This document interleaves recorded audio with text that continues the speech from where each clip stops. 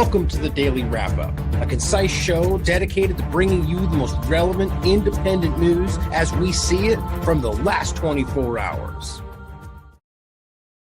Sunday, December 8th, 2024. Thank you for joining me. A very important follow-up today, as a lot has taken place since yesterday into today regarding Syria. So that's going to be the primary focus of today's show. I have just a few points I'm going to start with, and we're going to go into, really my obvious point on days like this, when even as we're getting more information than yesterday, far more difficult to kind of, the fog of war, as they call it, today, with all of the different vying interests on top of a very much still developing story, my goal in days like this is to essentially try to just help it make sense to you, right? As much as we can, break down not just the moment-to-moment developments, who did what and how it's going and where they fled to, but also why these things are happening. Right? Where's the funding come from? Who supported them in the past? What connections do they have in other countries? Like, make sure the picture develops. That's not just here's what narrative you're supposed to know today, which is corporate media, mainstream alternative media, people with agendas. So today, the main focal point is to break down the Syria conversation in regard to what just happened. The Israeli overlap, the United States interest, what's going on with Assad, Russia's involvement, and really kind of make it make sense. And to be quite honest, it's not. This is a more complicated dynamic than Gaza, by and large. The classic idea, it's just a complicated situation. That's the narrative that gets thrown over it in order to make it, so people avoid it. Now, Syria is admittedly much more complicated. Not to say that either are simple, but it is actually easy to see when you really break down the basics of this. There are parts of the story that I argue are, using the facts at hand, you could come to your own assessment about what might be happening in certain parts of this. And that's maybe the way some of these always end up. Historically, we have a lot of large events that I still argue we don't fully know all the events. But my point in this is to highlight a couple of main points. That Israel and the United States, without question, are supporting and always have been supporting the proxy elements they're using to overthrow Assad, or have overthrown Assad, as it appears.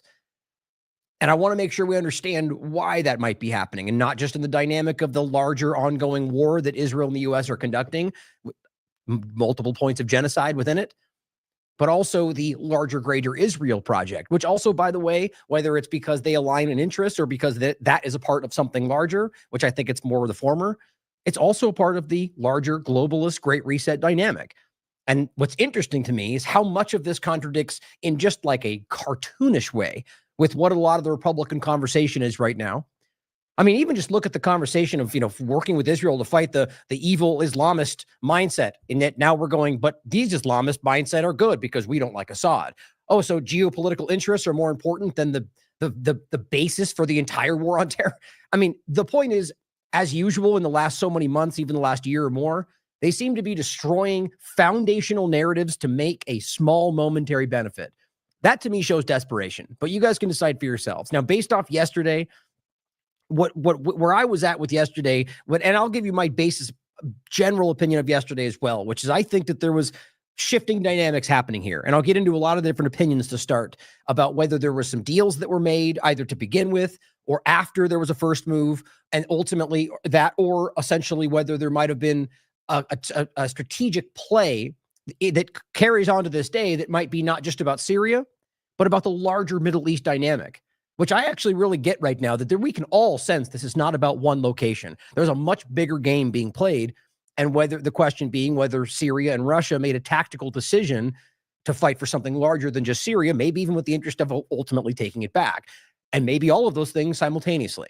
And we're going to go over some of these opinions about what deals might have been made. So yesterday, what Vanessa, or even back to like the first and before, what Vanessa was highlighting is that there were elements that were still there, as we discussed, in places like Al-Tanf, Rukban camp, a U.S.-Israeli location that they've never let go, and that they've been fostering extremists, terrorists, al-Qaeda, ISIS elements. This is, anybody out there right now who is still pushing back on claims like that, they don't, it's like pretending that Zionism is not exactly what it was, or that Israel is exactly what they claim. These people don't want to see the foundational, obvious truth that you can prove 45 times over because they're invested in a narrative. Just to make that clear, the U.S. government and Israel fund and work with these exact elements that they've always been claimed to be fighting. The evidence has always been there. So the point is that they had some of these sleeper elements that they used And ultimately, what Vanessa was arguing is that they responded in a way that tried to minimize the damage and ultimately maximize, in for a long-term point, their resources, their personnel, that ultimately would have been lost in something that they wouldn't have necessarily needed to gain. Because the point was the people that she originally said were there were not enough to actually take a lot of territory, which obviously we're seeing something different now. So the argument, which very well could have been incorrect to begin with, was that they ultimately made that tactical decision. Now, between that point and then when I reported on yesterday and the day before, things obviously shifted. More personnel clearly present, more retreat, as it were, but I see it more so as a tactical decision, because I just don't see how they would have made these choices up until now and then just ultimately all of them sort of pulling back. And maybe there was a deal that was made within that, and maybe a what's the word? A not sabotage. Well, sabotage works, but a not honoring that deal within part of that as well from people that were within it. But my point is that ultimately we got to the point to where now we are seeing, as it's being reported anyway, Assad fleeing to Russia. Originally, it was the idea that he was killed, and we'll go over that as well. But even right now, again, either of those could still be the case or false. It's very difficult to know who's telling the truth. We have to use our discernment, and if we can't prove it, we have to fall back on what we don't know, or fall back on that we don't know, and not try to just pick a narrative. That's what's always difficult about these. But so then we saw them start to take locations, continuing to take more territory. And so that's where we get into whether or not these were still strategic moves, whether there were deals being made, or whether there were ultimate decisions that were to just give up on it for now, or maybe entirely. But so past this point, we now know, and I should say, by the way, out of the gate, Vanessa, who was in Syria, is safe. She has gotten out as of so many hours ago. She posted that on Twitter. That is confirmed. So it's good to know that she's out of there. That's the dangerous place to be with what's going on for people, for Syrians, for anybody who cares about the truth. But we're at today, we're going to get into the developments going on since then, and whether or not we're seeing the evidence that backs up any number of these claims. And again, as I said, we'll go over a lot of different points on what people think are happening and what we'll think will come from this. I'm still of the mind that I was going to say before is that they started with something that was smaller, and ultimately whether the plan was to turn this into something larger or because of the quick pullback of the forces, that's kind of what makes sense to me, is that Vanessa had the right of it because she was there and she could see these things, and that it wasn't as large as it was being reported. It was more of a psychological operation point. And then because of the way that they responded, I get the sense that maybe they chose to take advantage of that. And I think almost in a very clumsy way, which we'll get into, where this could have even been a trap using Syria. There's a lot of different theories floating around. Ultimately, it seems that this is going to be a detriment to the agenda that Israel and the U.S. think they're carrying out. I mean, we have to realize that with what's going on with the genocide, with the foreign policy dynamic in Gaza and Lebanon, as much as it seems that they're, let's be clear about this. They're not winning in that dynamic. Okay, they are going forward, and we've now established that the corporate media, the Western press, the Western journalists don't care and are happy to lie to you to your face forever, despite how it's, I don't know how much more proven that story can get. I've never seen something so completely proven to a T, documented, covered, highlighted, videotaped. So the point is, it's not stopping. So you could argue they're winning, seeing as though nobody's stopping it, but I wouldn't frame it that way. They're losing. They have lost their reputation. They have lost troops. They haven't succeeded in any of the goals they've laid out except absolute destruction of Gaza. And so my point is, in this regard, just because they've taken the territory, you could argue doesn't necessarily translate to a win in regard to how that may be used. That they maybe expected Russia and the United States to, or rather Russia and Iran rather, to further invest in Syria and maybe mire themselves in it to distract from what they want from Lebanon. But that is not what happened. So now the U.S. and Israel are falling headlong into Syria, or maybe by design, and now have to explain what's going on, why they're there, what they're going to be doing. And now they seem to be overextended. It's an interesting back and forth. So all of that's to say that you can decide what makes more sense. And I get the sense that in the next so many days, maybe weeks, we will find out more. We'll get more information, from people like Putin or people like even Assad, seeing as how he's still around, or the U.S. and Israel, and it'll develop more. Be skeptical. Vet your sources, right? This is an important time right now to make sure we're being accurate. So let's jump into this with a couple of opening points before we start with Syria. And that's going to be the entire show today. A major focus on the what I did last time, but far more fleshed out, to understand without question that Israel and the United States are funding, at the very least, Hayat Tahrir al-Sham, the group that they're currently pretending is some rebel organization, which is exactly the game they played last time. It's a group that they have been telling you are a major terrorist organization. And over the process of so many years, they've just reformed themselves. we suddenly start saying words like pluralism and multilateralism. Oh my God, we're a good organization now. So the crimes they committed and beheading children, that's just no big deal as long as they yell the right words and say they're in line with Israel. Yes, that's the moral of the story. We'll go through the proof of how far back you want to look that Israel has always been doing this. The U.S. has always been doing this to make sure that's clear.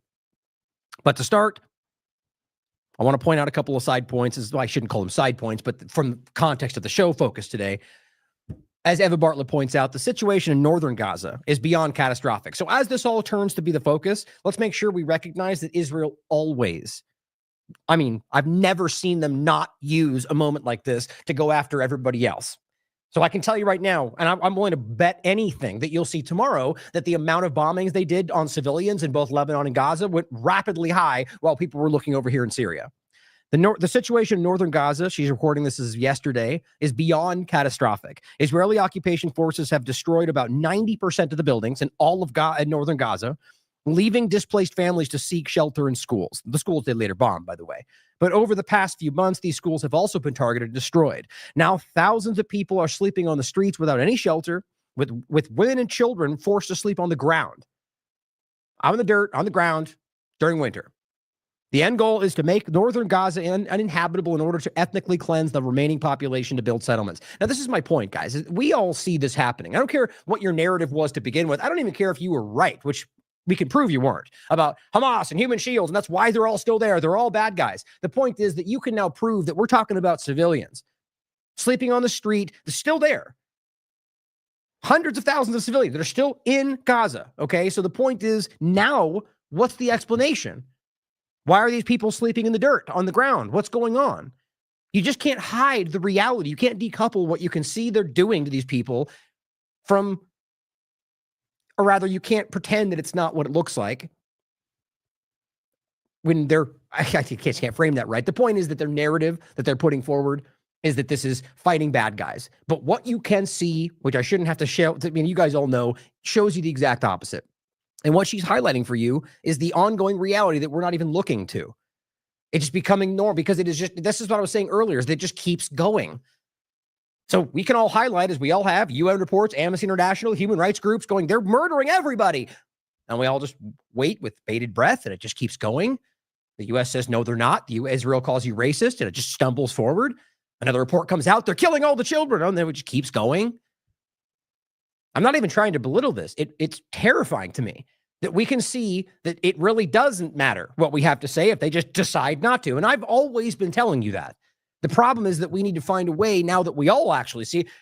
This is where people would jump in and be like, Ryan, and this is where violence comes in. And I don't want to go in that direction, straight up, because I don't want to ever be on this platform advocating for violence, quite frankly, even if I might think that's the case, just to make sure that's clear. But either way, I do not advocate for violence. But you have to realize that this is where historically these things come to pass, where they're like, guess what? You have no power unless you actually mob together and take us down. And that's the problem. Where we are right now, they don't care. They are murdering children. They're starving people to death. They're bombing things everywhere. They're toppling countries, and supporting terrorist groups. 30 seconds ago, they told you we're the worst people alive, and just moving forward. And you have the people in the power, the current upcoming administration, who was just telling you about rabid illegal immigrants and Islamists who are now suddenly going, accept that one, though. I just don't know how this could get any more obvious. The end goal is to make northern Gaza uninhabitable. On that point, Mohammed Safa points out there has never been a war in history, by the way, where 80% of the country has been destroyed. 100% of the population displaced. Realize that. 100%. And 50% of the deaths children. That's actually what we call genocide, he points out. That's how obvious this is. Asa from Electronic Intifada points out that Israeli settlers put up a billboard between Ramallah and Nablus in occupied West Bank. Guess what it reads? No future in Palestine, accompanied by an image of the mass expulsions of Israel, is now threatening to spread to the West Bank, which, by the way, I argue is already there. They're literally putting up a billboard, by the way, that shows this exact thing that he was just showing you, the mass displacement, the illegal ethnic cleansing. There's no way around it, no matter the narrative. And now they're putting up billboards going, you have no future here, get out. And we're supposed to pretend like that doesn't show you exactly what this place is. Here's Zachary Foster highlighting, Zachary Foster, PhD, has a PhD from Princeton on Palestinian history. The largest land grab since Oslo. Israel confiscates 6,000 acres in the West Bank. This is published December 6th. You see how rapidly this is all going? Things that people used to gasp about. They took some territory in the West Bank, are rapidly going forward. So what happened? Are we just pretending like those things also aren't illegal or don't matter because we're openly, I shouldn't be. The fact that they're pretending there's no genocide shows them, fine, we'll get away with literally everything else. If you're not going to call us on actual genocide, why are you going to do anything about stealing property? These people are monsters. They know what they're doing, and they're taking advantage of you. Say something about it. This person points out, and this is general notes about Trump. Trump hammers home the need to start deportations with convicted criminals and gangs terrorizing U.S. citizens. Now, this guy's got a huge following and points this out. Of course, his argument is, the overlap of this is hilarious to me. So he's talking about gangs and terrorists and people, in most cases, right in this conversation with Mexico overlap. But what's hilarious to me is it's like, you realize how dumb this is, what's going on in Syria? This is the equivalent right now of a year from now, Trump making a deal to work with MS-13 because they fought the person he doesn't like. That's how dumb this is right now. That's exactly what's happening with Hayat al-Sham, al-Qaeda in Idlib, that Vanessa and I and plenty of us have been screaming about for, 6 years, talking about Idlib and talking about what's been going on there. Brett McGurk telling you it's the largest hotspot for al-Qaeda in history. That's where they just came from. With Turkey's help. It's just ridiculous. My point, though, is he's in here talking about the bad immigrants coming from other, which, by the way, we should care about criminals or just anybody here illegally. Those are crimes. That should matter. The point on this is that he's using that discussion that both sides have cultivated to push the idea of mass deportations, or really, which is simply a guise for biometric control, which he keeps telling you he's going to build for you because Clinton wouldn't do it. Fall headlong into the lie. Of course, they mentioned the point about Colorado, the gangs in Colorado, which I think is just an interesting topic. Because right now you have to realize that they keep stressing this. Yes, I've seen the clips of videos, one of which I can prove is not even in the place they said it was, but who cares about that? Because it's verified video evidence this guy points to, which I know in some cases were not actually true, but to them that means Twitter posted it, and so it's true. But my point is that the police, which she does point out, whether she's right or not, the police and the Republican governor, I've told you this is not what's happening. Of course, they could be lying because they don't want to look stupid. But so what do you lean into? You lean into a video that we've seen them. Trump and Twitter or rather Elon and the rest of them have shared fake information about all sorts of things, including and in particular things going on in Colorado. But that's all to say the point is they're using what seem to be largely fabricated or embellished narratives to justify the actions that will lead to your control structure. Trump confirms the plan to declare national emergency for mass deportations using military assets. Just imagine if that was Clinton saying that. We all know how they'd react, despite if it was for the same reason. Now, Rabble-Rouser points out this, and this is where it's going, mind you. This is in Canada, the United States, and it's all for the same reason. They are bringing the facial recognition and AI-based DNA targeting system coupled with phone data to the United States and Canada. And he writes, as predicted. Exactly. And here's the point of that. Well, I forgot I was going to include this too. Just this is one of the many things they're using. In this case, this was the border, immigration, the SAVE Act, and digital ID. It's literally what it is. I still hope I'm wrong, but I see it all coming together. And I was pointing back at this, saying, I told you, Trojan horse. We all fell for it. I hope we don't. But the point is, you can see in his case, he's already arguing that he should be censoring for. Actually, how did I misline that up? Anyway, this was what I was just pointing to. So let me read that first. And yeah, it doesn't matter. So I guess I just had those tweets out of line. And the point was, we're going to come to the article I was referencing that Rabble-Rouser was pointing to about the censorship and the AI tracking that is coming based on the very things that Trump tells you he wants to stop. I think that's why this is supposed to be over here. But remember, here's the clip of 9, 10, 12 different clips of Donald Trump saying he would be willing to censor you for Israel. And the point being, if you say bad things about Israel, if you're an anti-Semite, or down here, literally, quote, we'll remove the Jew haters from the country. It's incredible to me. Even if they are actually people who just hate Jews for no reason, they have a right to think and feel what they want and say what they want. That's called free speech. You don't suddenly have a carve out because it's something you disagree with. Then you're the woke right, which we'll get to. It's the same point. The point is he keeps telling you that he's going to do these things because you're an anti-Semite, because you say things about Israel, and down here, the clip that's most important, that Israel used to control Congress, and rightly so. That's what he says in this clip from not that long ago. I've played it 45 times. The point is, that should be pretty alarming. As Philip Giraldi says, let's accept that we Americans will be dominated by Zionists no matter which party we vote for, and let's look forward to the disappearance of free speech, or rather the banning and even criminalizing of the First Amendment by Bondi, Pam, or her associates if one chooses to criticize a certain foreign country. Now, obviously, he's being facetious. I don't think he wants you to just accept that fact. He's trying to point out that this is where we are unless we do something. So that's all to say that what he was pointing to, the SAVE Act, the border conversation, all they're pushing is leading to this, guys. This is the article. U.S. Canadian universities hire, guess what? Israeli firms to curb pro-Palestinian protests. Who could have guessed? Because this is how this works. Just like we talked about yesterday, and I'll show you a quick part of that. I think it was XM Cyber. These groups that literally build out. The guy who runs that is a former Mossad chief who now has a Unit 8200 IDF stacked team who work with some of the largest companies in this country, like NASDAQ, for example, for cybersecurity. And you realize that, as we showed you last time, that they have a stated idea that these companies actually continue to extend the Israeli government agenda. That's what they quoted in saying. So my point is, you have these people who, rather, you have the reality that we can prove that Zionists create these illusory ideas of what are going on in these campuses. And then guess what? We fill the role with Israeli tech firms to keep us safe from the thing we manufactured. It's funny how that works.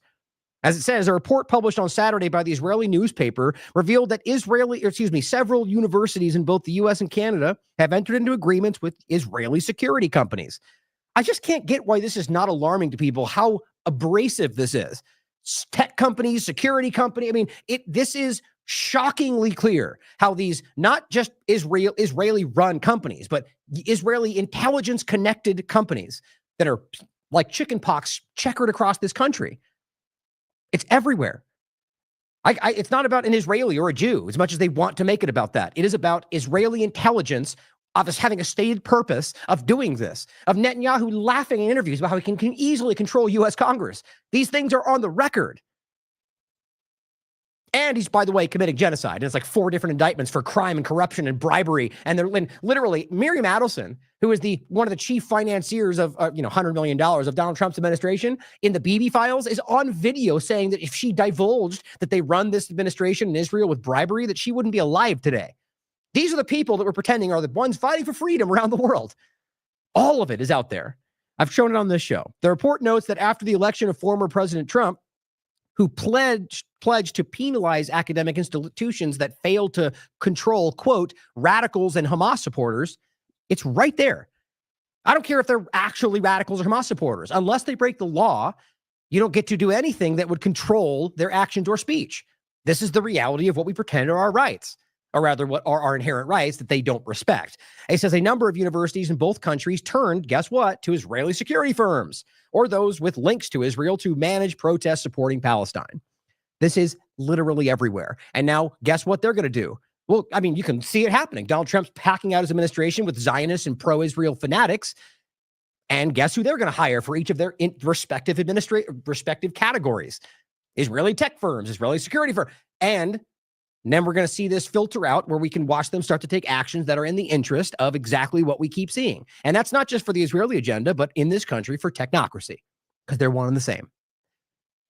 Now, I just wanted to briefly show, this is the episode right here. We just from yesterday. Israel's global cybersecurity infiltration. That's the main part I'm going to show you now. Greater Israel occupation and the U.S.-Israeli-Syria proxy war. These shows should be connected. So the point is, we just talked about this. This is just the YouTube video from yesterday. And the conversation was, it's from Reuters. A retired Mossad chief has assembled a team of more than 30 hackers from Israel's intelligence community. And the company is called XM Cyber. It's just one of an endless amount of them. The point is that he now works, and he's literally from Unit 8200 and Israeli intelligence, not new. My point was, I went over to the actual company itself, and I looked on their website. You won't be surprised to find out that they literally, I mean, it's like everybody in the company. I see they work for NASDAQ, for Sirius XM, and all sorts of major companies. It'll go in a second. I just have it muted. And the point is, you can see on their website, it shows you their background.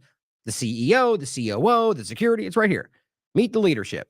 And it's right, that's 30 years in Israeli intelligence, IDF member, Unit 8200, one after another. So my point is, these are not just Israelis. We're talking about people that have a direct connection to Israeli intelligence, one after another. The whole thing. Pretty wild. Worth watching. I asked Jason to actually clip that part out. So you see why I'm starting with this, right? Because what we're seeing right now is just kinetic, violent action in order to take territory, but also a lot of other things going on. And right now, that very same entity is intertwining itself through the current administration and has been doing so for decades in this country. Now, last point, Clint Russell points out, John Bolton is now insinuating that there may be proof that Tulsi Gabbard is in the employ of Russia and Syria. He claims there may be documents found if Assad falls. Think about how ridiculous this is. Now, frankly, I don't think Tulsi Gabbard is working for either of them. Certainly possible. Like we saw, Menendez, who ended up being arrested for working, basically being an agent for Egypt. And it's just, I mean, whether that's the exact truth or not, the point is that it's not unprecedented. I think they're all criminals. I think they're all breaking the law. What I find interesting is that Bolton, a Republican, who was last time on Trump's administration, comes out and makes these arguments. And I think what's interesting is it's literally in conjunction with the fall of Assad. So what do you think that means? We can guess at it. The point I would argue is that I think it's interesting that somebody like Tulsi Gabbard or RFK Jr., I never actually thought would end up on the administration. Or if they did, that would, in my mind, show that they aren't really what they claim to be. My point is that there's a lot of examples of them going into directions and saying things about foreign policy, which, by the way, Gabbard seems to not even say anymore, or RFK seems to pull punches on even mRNA now, right, is my point. But before, they very clearly had opinions that I don't think the establishment wants to be promoted. So this could be the way that they go, guess what? You're not going to get confirmed, which is kind of what I thought was the case. And we're going to end up with the same exact thing we always get. And honestly, I think that my biggest criticism of her is that it's integrity. The idea that you would flip-flop around on parties, that you would decide to support people like Clinton or Trump in the context that it challenges what you've said you believe in before this. But hey, maybe they just make the decision that that they can make more change that way. I can understand that I wouldn't agree with it. My point in all that is to say that that's why I would think this might happen. But Clinton points out, he always just saying, no, there isn't. He's lying too. The rebels he is cheering on and are al-Qaeda. And we'll get to all of that. But it's interesting the timing of it all, right? Now, yesterday, make sure you watch this show. Make sure you check out the map of Greater Israel, which is a very public thing. Here's the patch it's on their military uniforms, which is exactly what that is. Syria is 2/3 inside the Greater Israel dynamic. Very important to see. Now, starting with Vanessa, so you know that's the case. She put out today, made it out of Syria for the time being. This was 6 a.m. this morning. Chaos rules, looting, thuggery, and thieving. Gets the U.S.-Israel stamp of approval because this is what they believe in. I just recognize that even if they think that Assad was a worse dynamic, you're allowing a group that you have been telling us are terrorists to take over a country and have complete control over the population you've been claiming you want to keep safe. I mean, you just can't it really takes a special kind of willful ignorance to not acknowledge that even if you think that they're being honest about what they're doing, that this is what makes sense to anybody with what they claim they've always been doing. This is not good for the Syrian people. I mean, you could argue if you want to believe that Assad is this evil dictator, despite how many times they've been caught lying about what they claim makes him a dictator. That just should be obvious to you by now. But they are creating a circumstance that is the worst that this is what happened in Libya and Iraq and Syria. They're creating destabilization. And that's the worst possible scenario for people like this, even just for random other circumstances, whether it's this gang or not. Random people will take advantage of a situation where there is chaos that they create. So you're going to have rape and murder and theft, and it's going to be just part of the circum. That's what they just created. And in fact, what I'm going to get to is showing you that Syria is being bombed by Israel in locations that are not necessary to bomb. It's very easy to prove. Craig Murray was talking about it. So as they basically have taken control of these locations, they're turning around and bombing civilian areas that are not needed to be bombed. There's no resistance there. They've controlled these areas. I actually think it's because they want to make it look like they're in some ongoing battle. And instead of that, they just they just backed away and let them walk into this, what could be a trap. Right. So basically the argument from before is if they want it to look like they had to fight for the freedom of this country. That's what I think is happening. And so they're bombing and murdering civilians because they have no problem with that. And no one's going to be there to report otherwise. And so we'll get to it. But I think that's what's important to think about is why they would be doing so. But at this point, coming back to this, is just that it's chaos. It's not about freedom or revolution. It's about control. It says going through the border was a mash of gunfire, infighting, and looting from every single shop and market. That's what she was seeing. So remember, she's on the ground. She was, and she was seeing this on the way by. So this is what revolution and liberation looks like. Ask Libya how that works when the U.S. government liberates you. It says terrorists on motorcycles, gunslingers, and criminals. An incredibly sad experience. The house was surrounded by rebels drunk in victory from 5 a.m., constant celebratory gunfire, and around 10, they tried to beat the external door down and to loot the contents of the house. Every early morning, Israel was destroying Syrian air defense with bunker buster bombs. The whole house shook. The CIA roadmap is always the same. The resistance is broken, and I doubt it can be repaired, but the extremist mercenaries in the pay of Israel will tell you they support Palestine. But guess what? They're not. This is what's so fascinating to me, and I think this is because Israel's desperate. They're openly saying they're in line with Israel, and they one of the conditions would be they would disregard Palestine. I mean, they're desperately pulling out all the stops because usually I would expect that because they don't want to give up the facade. She goes on to say, "Go on then," and it just ends with you're now on the border. The point is that we can see the one, she's safe, but two, that it is absolute chaos, well beyond the point of removing, because again, don't forget that Syrian Russian forces basically pulled back. As far as I understand it, like almost zero casualties. So the reality being that all the chaos is because those are the people that are in there. Those are the people that they allowed to take power. They're terrorists. They are bad people. Now, as Alan Mizrahi points out, there's more to this. Now, here's his opinion on it. I agree with parts of all of this, and I think that right now it does make the most sense to me that this was a coordinated action. Now, he says, bear with me. If the West bet on Russia and Iran, turning this into a wide and prolonged bloodfest in which they will be exhausted, softening Iran for a planned fatal blow, which is what they want, it makes a lot of sense for Putin to not swallow the bait, right? So think about this, that first point. I've always pointed this out. When we're talking about the way, like, for example, when they bomb in Syria, people go, why didn't they respond? Because they're calculating. It's measured. They're not belligerently stumbling into a response like Israel and the U.S. do damn near every time, because that's all they know is violence and action, right? And the point is, in this case, you can see that it makes no sense for us to do that, so they don't. It's showing restraint. That's not good guy, bad guy. That's just objectively showing you what they did. And so in this case, and my point was that I think the U.S. and Israel project onto people what they would expect their response would be. So if this was reversed, we already know what the Israeli and U.S. governments would do. Exactly what he's saying. They would dive into it and they'd fight back as hard as they can. Whether or not that was the hope that they would do so. They've demonstrated themselves to be very tactically inept in a lot of ways. Well, and who knows? Maybe that was what they wanted to happen. But from my perspective, they have taken the bait for a lot of things. Like in Venezuela, we saw that more than once over the last decade, where they just had they thought they had control, they thought they had influence, and all of a sudden it turns out that people that they thought were on their side sold them out, and they lost control of what they thought was going to be a regime change. It's because they thought that they just were in control. That's the kind of hubris that they have. So the point is, the West would bet on that Russia and Iran would, because, I mean, arguably you would think they might, because they have been fighting for Syria this entire time. But they did not. So he goes, and make Syria the West's headache, right? So in this case, I'll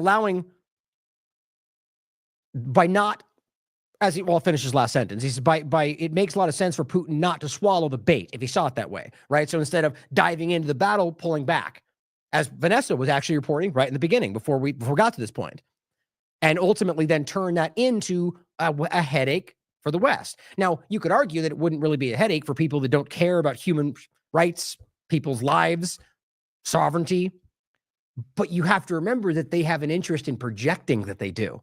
So he makes a good point that ultimately now, if they've just kind of pulled back and now it's their who's going to be responsible for the Syrian people?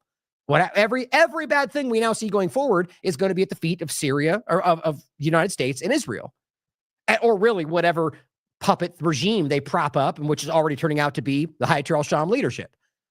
And so when they inevitably continue to do all the things we know they're capable of, it will be at the feet of Israel and the United States. Or usually what they do, like with Iraq, is back away and go, well, that's Iraq. They can do what they want. That's reflective of the Syrian government. It's no, that's the people you just put in power. But either way, it becomes their responsibility. It says, let the Americans navigate the labyrinth of interest and hostilities in Syria.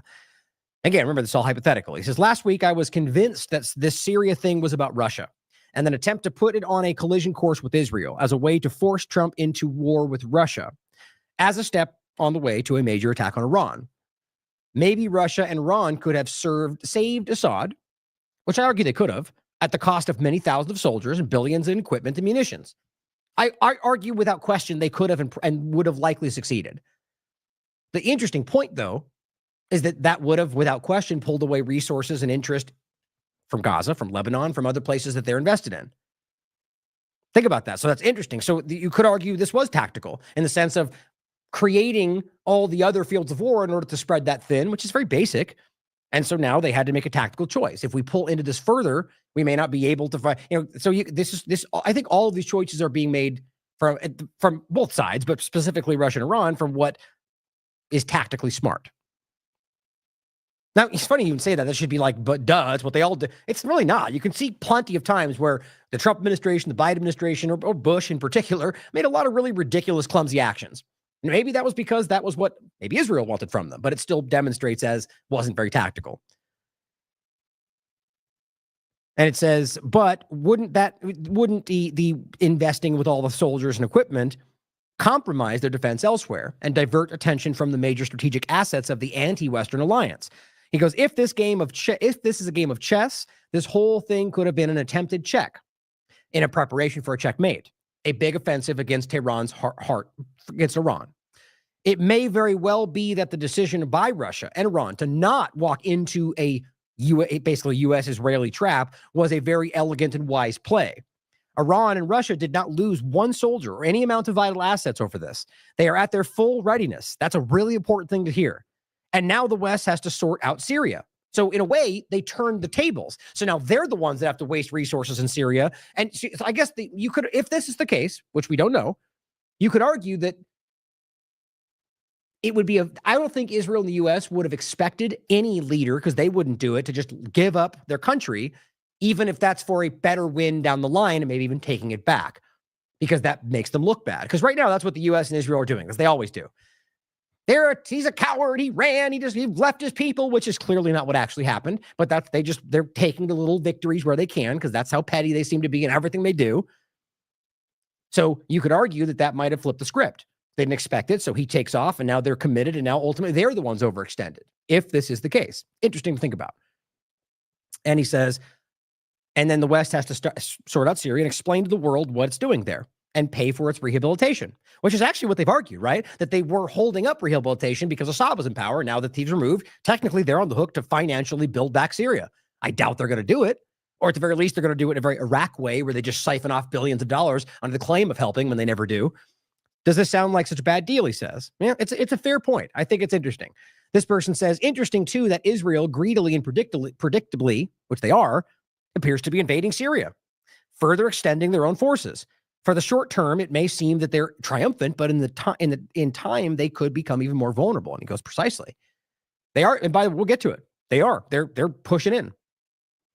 Which, the main point we're going to find to like the title, which shows you that they're admitting these are our forces. We're working with the terrorist groups, just like we already should know if we're being honest with ourselves. Same with the U.S. government, acting like, like I said, openly supporting them. If you're saying, well, we're not going to push back because Assad's bad, that's supporting what they're doing. And more than that, we'll get into it. So here's another perspective on this.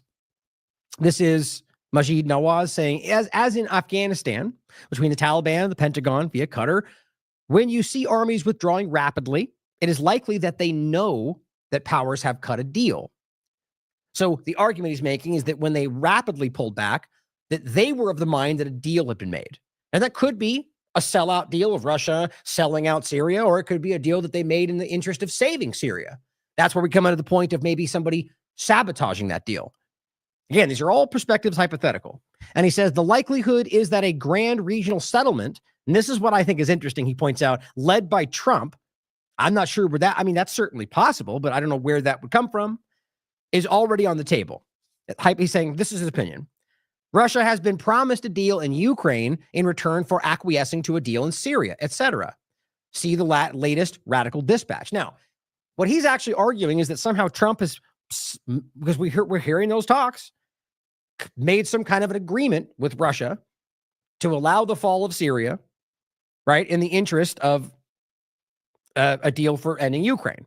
I don't think that makes much sense. And I mean, it would in the context of Russia is more in line with the agenda as opposed to fighting it, which has always been a possibility. Like we saw what happened during COVID. It's not, you can't forget how many of these countries were falling right in line with each other during the COVID-19 illusion. But what doesn't line up for me is just the basic reality of this. One, we have to remember that Donald Trump has not even signed these ethics pledges yet. So to pretend that he's out there making agreements and deals with foreign countries is not only illegal, but he's acting with limited information that the rest of the U.S. government has, because he hasn't been given access to it, at least on the record, to the top secret information of their ongoing deals with these countries. It just seems really crazy to me, but it would show me that they're all the same government, because that's the Democrats will be screaming about this if what they tell us about them is true, and they're not. So he's claiming Trump came to an agreement, or possibly. The likelihood is that the regional settlement with Trump, but making a deal with Russia to end Ukraine is where it doesn't make much sense to me. I don't think Russia is, Russia is clearly losing like anybody would in the context of a war. People are dying. There's resources expended. But are we of the mind that Russia is losing Ukraine? I mean, they're not, guys. This is objectively the case. So why would they make a deal in the case where they're in the advantageous position, which maybe I'm wrong about, but I don't think that's the case, especially to give up on something they fought for a decade to maintain. So to me, it seems a little bit hopeful that this is something like a Trump bonus thing, or he made the thing happen, which I'm sure he'll claim either way. But to me, there's another point that's missing in this, which is ultimately that why Russia would choose to make a deal that would undermine one of its allies when everything they've done in living memory is, from my perspective, is the opposite, where they've sacrificed for supporting Assad in a lot of ways. So I just don't get why that lines up. To me, what would make more sense is he's missing the part of some kind of a double cross, that there was an agreement made, but it wasn't to give up on them to make this deal end. It was a deal that would, I think, protect all of it if that narrative is the case. And ultimately, that was what was double crossed from something like Turkey. Now, this is the Telegraph. Senior military and diplomats withdraw to Lebanon as swift advance of Syrian rebels catches Tehran regime off guard. Tehran regime, right? Because it's Tehran regime. It's just lazy reporting. It's not. It's the Syrian government that is supported by Iran and Russia and a lot of other people in the world. So it'd be just as, let's just say Brazil supports them. It'd be stupid as calling them the Brazil regime just because they have an ally of Brazil, which I just pulled a random name out of a hat. But that's what they do. That's corporate media for you. The whole day is going to be like this garbage nonsense. 30 seconds ago, where they were giving some level of truth, but now they fall right back into the crazy. I mean, even people like Mehdi Hassan, which I'll get to later, who has been at least giving you somewhat truthful information about Palestine, has gone right back to bad guy, a dictator. Just showing you, I think, the true colors of a lot of these people trying to get some, just like with COVID, where they tried to align with the truth community in order to get benefit elsewhere. I think we're seeing that play out now. But going to the next argument. Or actually, before we get to that. So here's what Trump said on today, which is kind of a redundant post of what he said the day before, but he goes, Assad is gone. He has fled his country. His protector, Russia, led by Putin, was not interested in protecting him any longer. Now, already he looks stupid for saying that because he's being protected in Russia. Now, he posted this at 2 a.m. before that was released. Now we can show, as we'll get to it later in the show, at least what Russia and Assad are claiming is that he's safe in Russia. So this is what they do. He's a politician like all the rest of them. He's giving you the narrative that works for the deep state government agenda. He says there was no reason for Russia to be there in the first place, other than protecting him from you and your belligerence as the U.S. government, you being him and Biden and all the rest of them. So because Russia was there, they stopped it from becoming what it likely looks like it will become if they don't have another plan. The balkanization of Syria, broken up, given to the Kurds, given to everybody. That's what's going to happen. That's not what's safe for Syrians. That's not what Syrian people want. They're Syrians. They want their national identity, not given over to somebody else.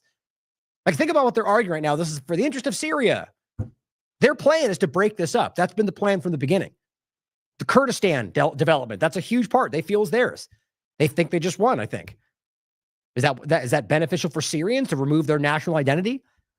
So it goes, they lost all interest in Syria because of Ukraine. I don't think that's the case. And it says then again, he throws out this number of 600,000 Russian soldiers. I don't know where that's flatly not true in my opinion. And he goes on to say Russia and Iran are in a weakened state right now, which again, I don't know why this is. Okay, this is what's funny, the people that want to pretend this is a guy fighting the deep state. That is the deep state agenda. You know how easy it is to prove? You know how long we can look back to all the other administrations that they would call the deep state who have also been fighting to overthrow Iran for Israel's interest? Here he is, continuing to drive the narrative, the deep state government narrative. That's not an outsider, guys. This is the definition of an insider U.S. government apparatus or entity. And it goes, one, because of Ukraine had a bad economy, the other because of Israel and its fighting success. Okay. The Ukraine economy, like that's anybody's fault other than both Israel and the United States. But the idea being that Israel's fighting success, you want to point out where, Trump? I'd love to see an example of where they succeeded in any one of the goals they claimed, other than destruction completely of all of Gaza, which, by the way, they never claimed was actually their goal. Likewise, it says Zelensky and Ukraine would like to make a deal to end this madness. Guys, that's so stupid. I just showed you a statement from Zelensky from like 2 weeks ago where he was screaming about how he will never give up. My sovereignty is all I care about. I will never give up. But at the same time, though, acting like he wants to Trump's going to make a deal. Showing you that this is just, it's all narrative. You can't pretend that making a deal with Russia while they're in the lead means that Zelensky agreeing with that would show anything other than him following along with what his masters tell him to do. Zelensky doesn't want to do anything other than what they're paying him to do, I would argue. My point is he just said he would never give up because that's how this is supposed to go in their agenda. It says they have ridiculously lost 400,000 soldiers and many more civilians. There should be an immediate ceasefire and negotiations should begin, which remember, Zelensky was actually planning to negotiate and the U.S. government forced him not to right in the beginning. That's actually documented by even U.S. government entities. You can prove that. So either Trump doesn't know that or he's lying to you, as usual. Both of those should be alarming to you. And it says, too many lives are being so needlessly wasted, too many families destroyed. And if it keeps going, it can turn into something much bigger and far worse. I know Vladimir well. This is his time to act. China can help. The world is waiting. He's really trying to put the idea out there that they're the peace-loving unity maker when everything they're doing and supporting, himself included, is the exact opposite.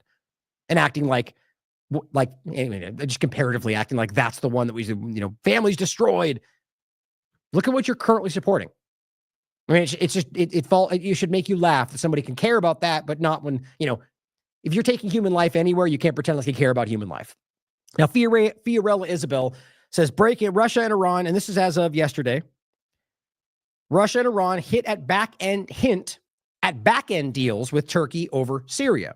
So what she's arguing, well, I'll go wait till her next post gets into it. So at this point yesterday, she's saying they're hinting at the fact that they had back-end deals with Turkey over Syria, Turkey being a NATO ally, one that at least pretends to be against Israel. Now it says Russian Foreign Minister Lavrov at the 22nd Doha Forum said it's unacceptable to allow terrorist groups to control Syrian territory. Russia stressed the unity of Syrian territory and the need for an immediate end to hostilities. I mean, let's not forget, guys, the only reason this is still happening is because the U.S. government has never stopped occupying Syria illegally from day one. And it says we are using diplomatic tools to stop the bloodshed in Syria.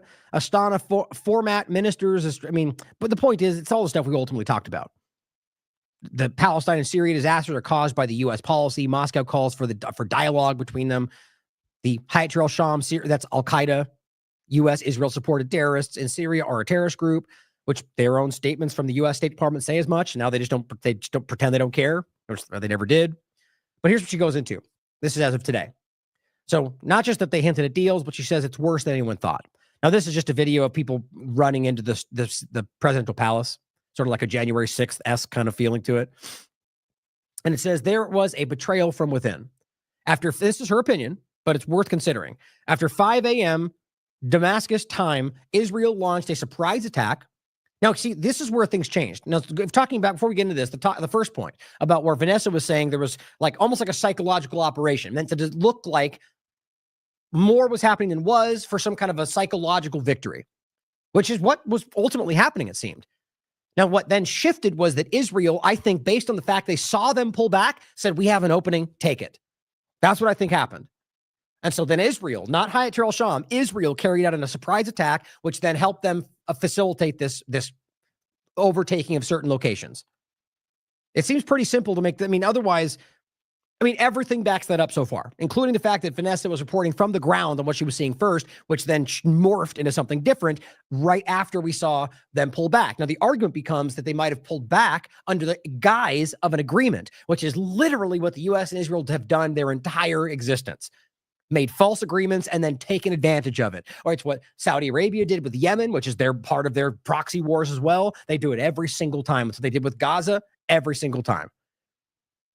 So it says, of course, we all said this was a Zionist coordination, but the idea was that back channels were to keep Damascus safe and Turkey targeting Hayat al-Sham. Right? So they were under the agreement that she's arguing that the deal was to allow some level of infiltration, but Israel or whatever else, but ultimately the deal was to keep Damascus safe and stop the terrorist organizations. Instead, there was a coordinated betrayal, and there won't be a slow transition, but rather there was a coup. And it won't stop at Syria.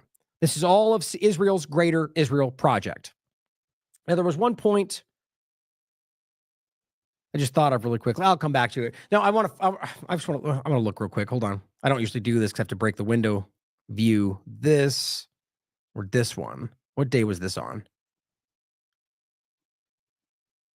So that was today. Okay. Well, it's just reporting today. So just to show it, this is Sputnik. Syria's Assad resigns amid peace efforts, orders peaceful transition. So what I'm thinking right now, and this is my opinion still, because all of this is pretty much up in the air, is that ultimately that is the indication of what she's talking about. That based on the agreement that they thought they had, oh, it's perfect, nice. Based on the agreement they thought they had, he pulled back, resigns, and said, okay, we made an agreement. All right, so I'm going to pull away, peaceful transition, and they took advantage and didn't care, which is what terrorists and monsters and subhuman entities do. They just take advantage everywhere they can. And I'm only saying that based on a political organization, whether that's Zionism or whatever thing you think is driving the U.S. intentions. Now, it says instead, there was the coordinated betrayal. Now, it says, as far as Assad, he got out and was not on this alleged plane that they were reporting. I won't say where he is, but he reports now that he's in Moscow. But I will say that he's absolutely it was a Western-backed coup with betrayals from one or more of the channels Syria was talking with, which tends to show you that and this is what we've shown all this time, that, see, how do you not, look, you could argue that's not true, but we have historical examples where the ones they're calling bad guy get taken advantage in this exact same way. And what does that have to show you? That they were willing to talk. Now, I'm not even talking about a situation where they were at the weaker position. In some cases where it was either equal or even that they were in the lead as it were for, a war situation. And they get manipulated because they go into talks thinking that there's some kind of level of honor in all of this. They go into these talks, they get manipulated by Israel and the United States, and then they lose. And so you can go on pretending though that was the evil terrorist that the trick, but the reality is they were the ones that seemed to be willing to have some kind of an agreement, willing to find a common ground, and they abuse that, showing you who the real villain is in the conversation. And this has been historically consistent. Now it says there's no other way this could have happened without that as guarantees were given. This is the video of the Syrian presidential palace. Everyone who is in Syria, and this is what she's reporting from on the ground, or people on the ground, and I agree. Despite all of we'll get to it at the end about the videos of the people screaming for cheering, there will always be people, whether paid or because they're from somewhere else or because they're just there and they don't like the government, that will support a change. Right now, half this country hates the government currently, right? You have to realize that, or hates the partisan element of what they're showing you. So does that mean that it's the same dynamic? So that doesn't mean that when anything happens because they cheered, that therefore everyone in the country agrees. That's how lazy their argument is every time. Or in the other side of it, here's Palestinians cheering. But that way they all like what happened. It's always it's a broad stroke. In any other context, we call that ignorance. So they're ignorant. And we never point it out because it's part of the government agenda. In this case, everyone who's in Syria, she's arguing, is stunned and absolutely devastated to see Syria fall in the hands of terrorists and worse, the puppets who control them. Now, everyone just being, I would argue, I don't think she literally can speak to everyone in the country. The point is that by and large, people there are upset about this. Historically, that is what I see. And from Vanessa and people on the ground, and again, I'm just being objective as I can. The reality is it's obvious that he is a very, very liked person in this country. The people of Syria have always supported Assad by and large. And there's always been groups that don't support him, just like in any country. And most of those groups, if you actually do your due diligence, will find out that they don't support him. But the last thing they want is Israel and the U.S. using them to step over and go after the country. They just want a change in democratic process. So now we're in a situation where you can see that this has entirely shifted. The question is what actually went down right there. And I'm sure we'll find out at some point, especially if Assad is safe in Moscow. This Casey Wright shared this in regard to one point about the Iranian elements. Now, this is Kevork Almasian, someone from Syria Analysis. I highly recommend you check him out. He is focused on this topic. Now, he's talking about it's a quick clip. It's like 25 seconds or 40 seconds about the Iranian forces moving back. Now, this adds to what they were just saying. Now, if they did that right before this took place, I do think that indicates that there was an agreement made and they probably got taken advantage of. Again, kind of demonstrating what I just said. With Western Aleppo was a few weeks before this attack, many of the locations where Iranian advisors and Iranian affiliated forces have evacuated. And this was a part of a larger deal in the region to decrease the Iranian influence in the region. And to be honest with you, Syria has an interest in balancing its relationships between the Arabic countries and Iran doesn't mind that. Iran said, I'm here to secure the some of the borderlines in the country, and they don't have, let's say, imperialistic or colonial aspirations to stay in the country. So when the time comes and the government says that you have to leave, we leave. We don't have a problem with that. So the replacement of... really sounds like a terror. You know, it's incredible the difference when you, I mean, again, this is what happened. I mean, this was covered even by corporate media. So the reality is you can overlap that with what Israel and the U.S. government do. Almost every single thing they engage with. The point is that they're happy to go. Oh, you want us out? Okay. Well, you know, we're only here to work with you as much as we can because they respect each other's sovereignty. And the point is they did make an agreement, he's arguing, that they caused them to pull back, and that Syria was the one that asked that to be the case because of what they were trying to achieve. So it does seem to be building into the reality that they were taken advantage of because they actually had some level of honor in the conversation and actually thought that maybe these people would want to see an end of human killing, but no, they want it to continue.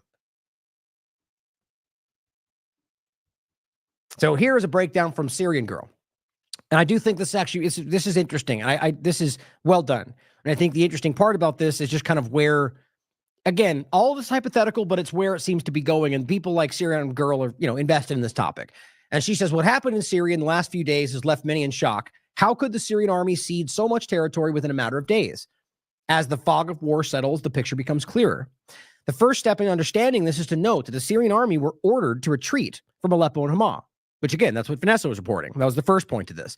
The soldiers didn't run and there was no mutiny, which is I mean, I barely even touched on all the ridiculous Twitter, you know, mainstream alternative media nonsense swinging around. It was flooding the field. And I made that point yesterday. Whenever that happens, it's very clear that there's an agenda over something that's going on. And they were coming out with all sorts of old fake videos. And I mean, I showed you yesterday, even Eli David was taking a video from Syria and claiming it was in Israel. These people are just ridiculous. I don't know how in the world they ever were able to influence anybody, you know, threats, blackmail, most likely. But it says the al-Qaeda hordes didn't defeat the army because they didn't fight them in the first place. They simply ceded the ground. To understand why such a gut-wrenching decision had to be made, we must have to look at the wider chessboard. So this is where I argue that this would be the time, if this was what happened, that they basically had to make a heartbreaking decision to give up, at least momentarily, control over their country in order to potentially win the larger war, if that's what's actually going on. It does kind of make sense that the argument would be that this is not just about Syria, that Syria is one part in this larger Middle East dynamic that Israel and the U.S. are fighting, blaming it on Iran, of course. And the end point being, this is a resistance against a globalist, Zionist, technocratic overtake. And so they are deciding, if that's the case, to pull back and allow them to take this, to overextend them there in hopes that they can ultimately win the larger war. That does make sense to me. And so it would, and that's an action I argue they wouldn't have expected because it's not something they would be willing to do. Now it says Blitzkrieg. It says a surprise attack that uses a concentrated force to quickly overwhelm the enemy. This is what the Syrian army was facing. And again, this is where the Israel part comes in. So first we have these little cells popping up and taking over things where they pulled back, again, arguably because they thought they made a deal. And then Israel jumps in and takes advantage, rushes forward, Blitzkrieg, Once the al-Qaeda hordes breached, because alongside their terrorist entities, by the way, because that's what they were using, as well as whatever they were, but the point was an Israeli effort. If that's what ultimately happened, again, we're all based this on reporting. I know that in some cases it only makes it more confusing, but I just want to really be clear, because people jump in and out of the show, that these things are not, it's important to recognize that we're basing this off real-time reporting and just kind of giving you the theorizing about what may happen. But I do think this is what makes most sense. Once the al-Qaeda hordes breached the M4 highway, attempting to hold the city in the chaos way would have caused mass casualties among both civilians and soldiers, which is what Vanessa was saying, right? The U.S. and Israel would argue, don't care, just like in Ukraine. They will fight to the last man to defend their occupation and illegal agenda. In this case, it seems that Assad will be willing to give up, at least momentarily, a seat of power to minimize the suffering of his people, which, by the way, does line up with what I've seen reported and proven about what he does. And it says, to defeat Blitzkrieg, you must A, fall back, which is what they did, to overstretch the enemy until they reach a point where they don't have enough resources to keep pushing, which, by the way, seems almost inevitable, doesn't it? Unless the U.S. government goes full-blown occupation Syria, which maybe that's what's going to happen, Israel will be wildly overextended. So maybe that's the point. And it says the point is being reached in Hamas, of them being overextended to push back. B, air superiority in order to stop Blitzkrieg. It's much easier to bomb convoys of al-Qaeda terrorists on highways from the air than fight them in cities. This way, their manpower is depleted. And C, flanking. Counterattack from the flank of a spearhead. If the over-exuberant enemy has gone too far ahead, they can be separated from more easily managed in certain pockets. Part of the strategy could be seen when Russia blew Rastan, the bridge that leads from Hama to Homs. Now it says manpower. Have you observed that there wasn't many Syrian army casualties during the retreat? That's rather the point. Preserving manpower, which, by the way, was pretty hard not to recognize is for something beyond what's currently happening in Syria, right? Or maybe a repositioning back into Syria, but either way, it's about the next step. So hard not to see that as calculated. Then it says Syria is a country of less than 20 million people. There's not that large of a pool of recruits to draw from. And after fighting 13 years of war, an illegal occupation war from the U.S. government side in Israel, the numbers depleted. Hezbollah's war with Israel and Russia's war with Ukraine added to the manpower shortage. As such, the soldiers' lives have to be preserved. If large numbers have been lost in an attempt to hold Aleppo from an unlimited number of Turkey's playing an aspect in this too, and Central Asian hordes, then Damascus would subsequently soon later fall and all will be lost. Instead, they had tactical retreat.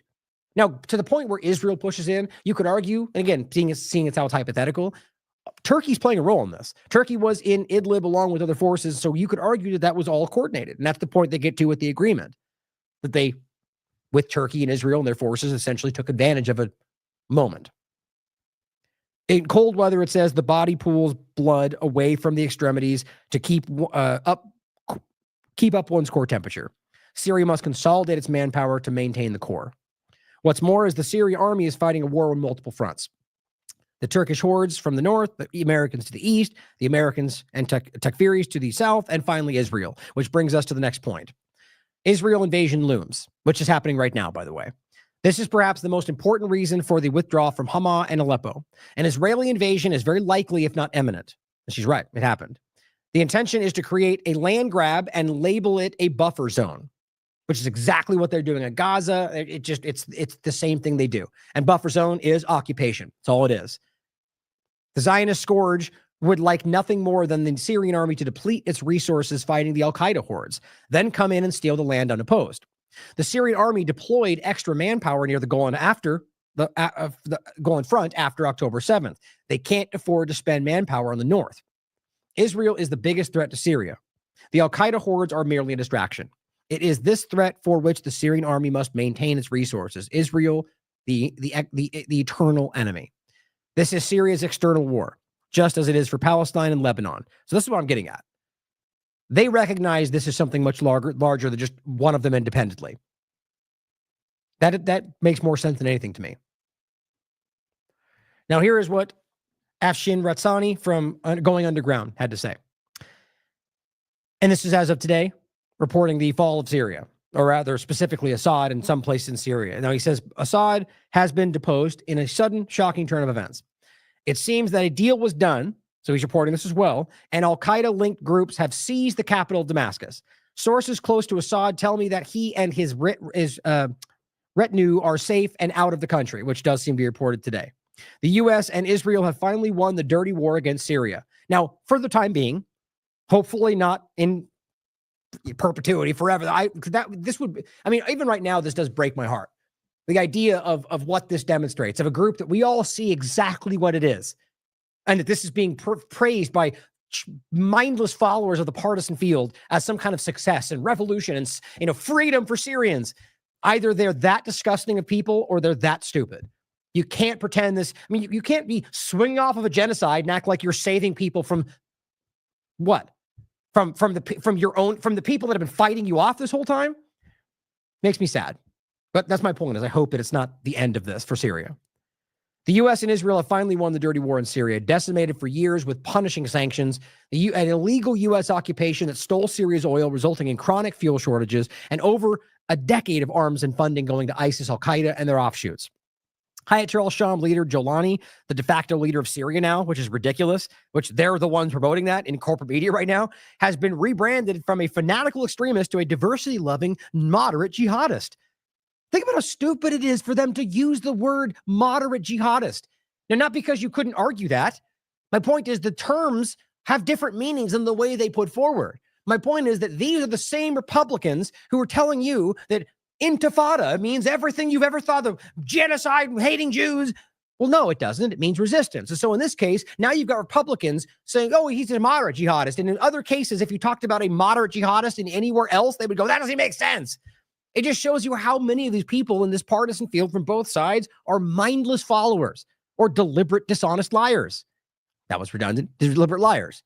I just think that's hilarious because you're seeing this, not just and also recognize how crazy it is that Donald Trump and the current administration and his Republican followers are now screaming the exact same narrative as the rest of the corporate media. They say it's regime change for freedom. Wow, amazing how fast that all became just the mainstream media.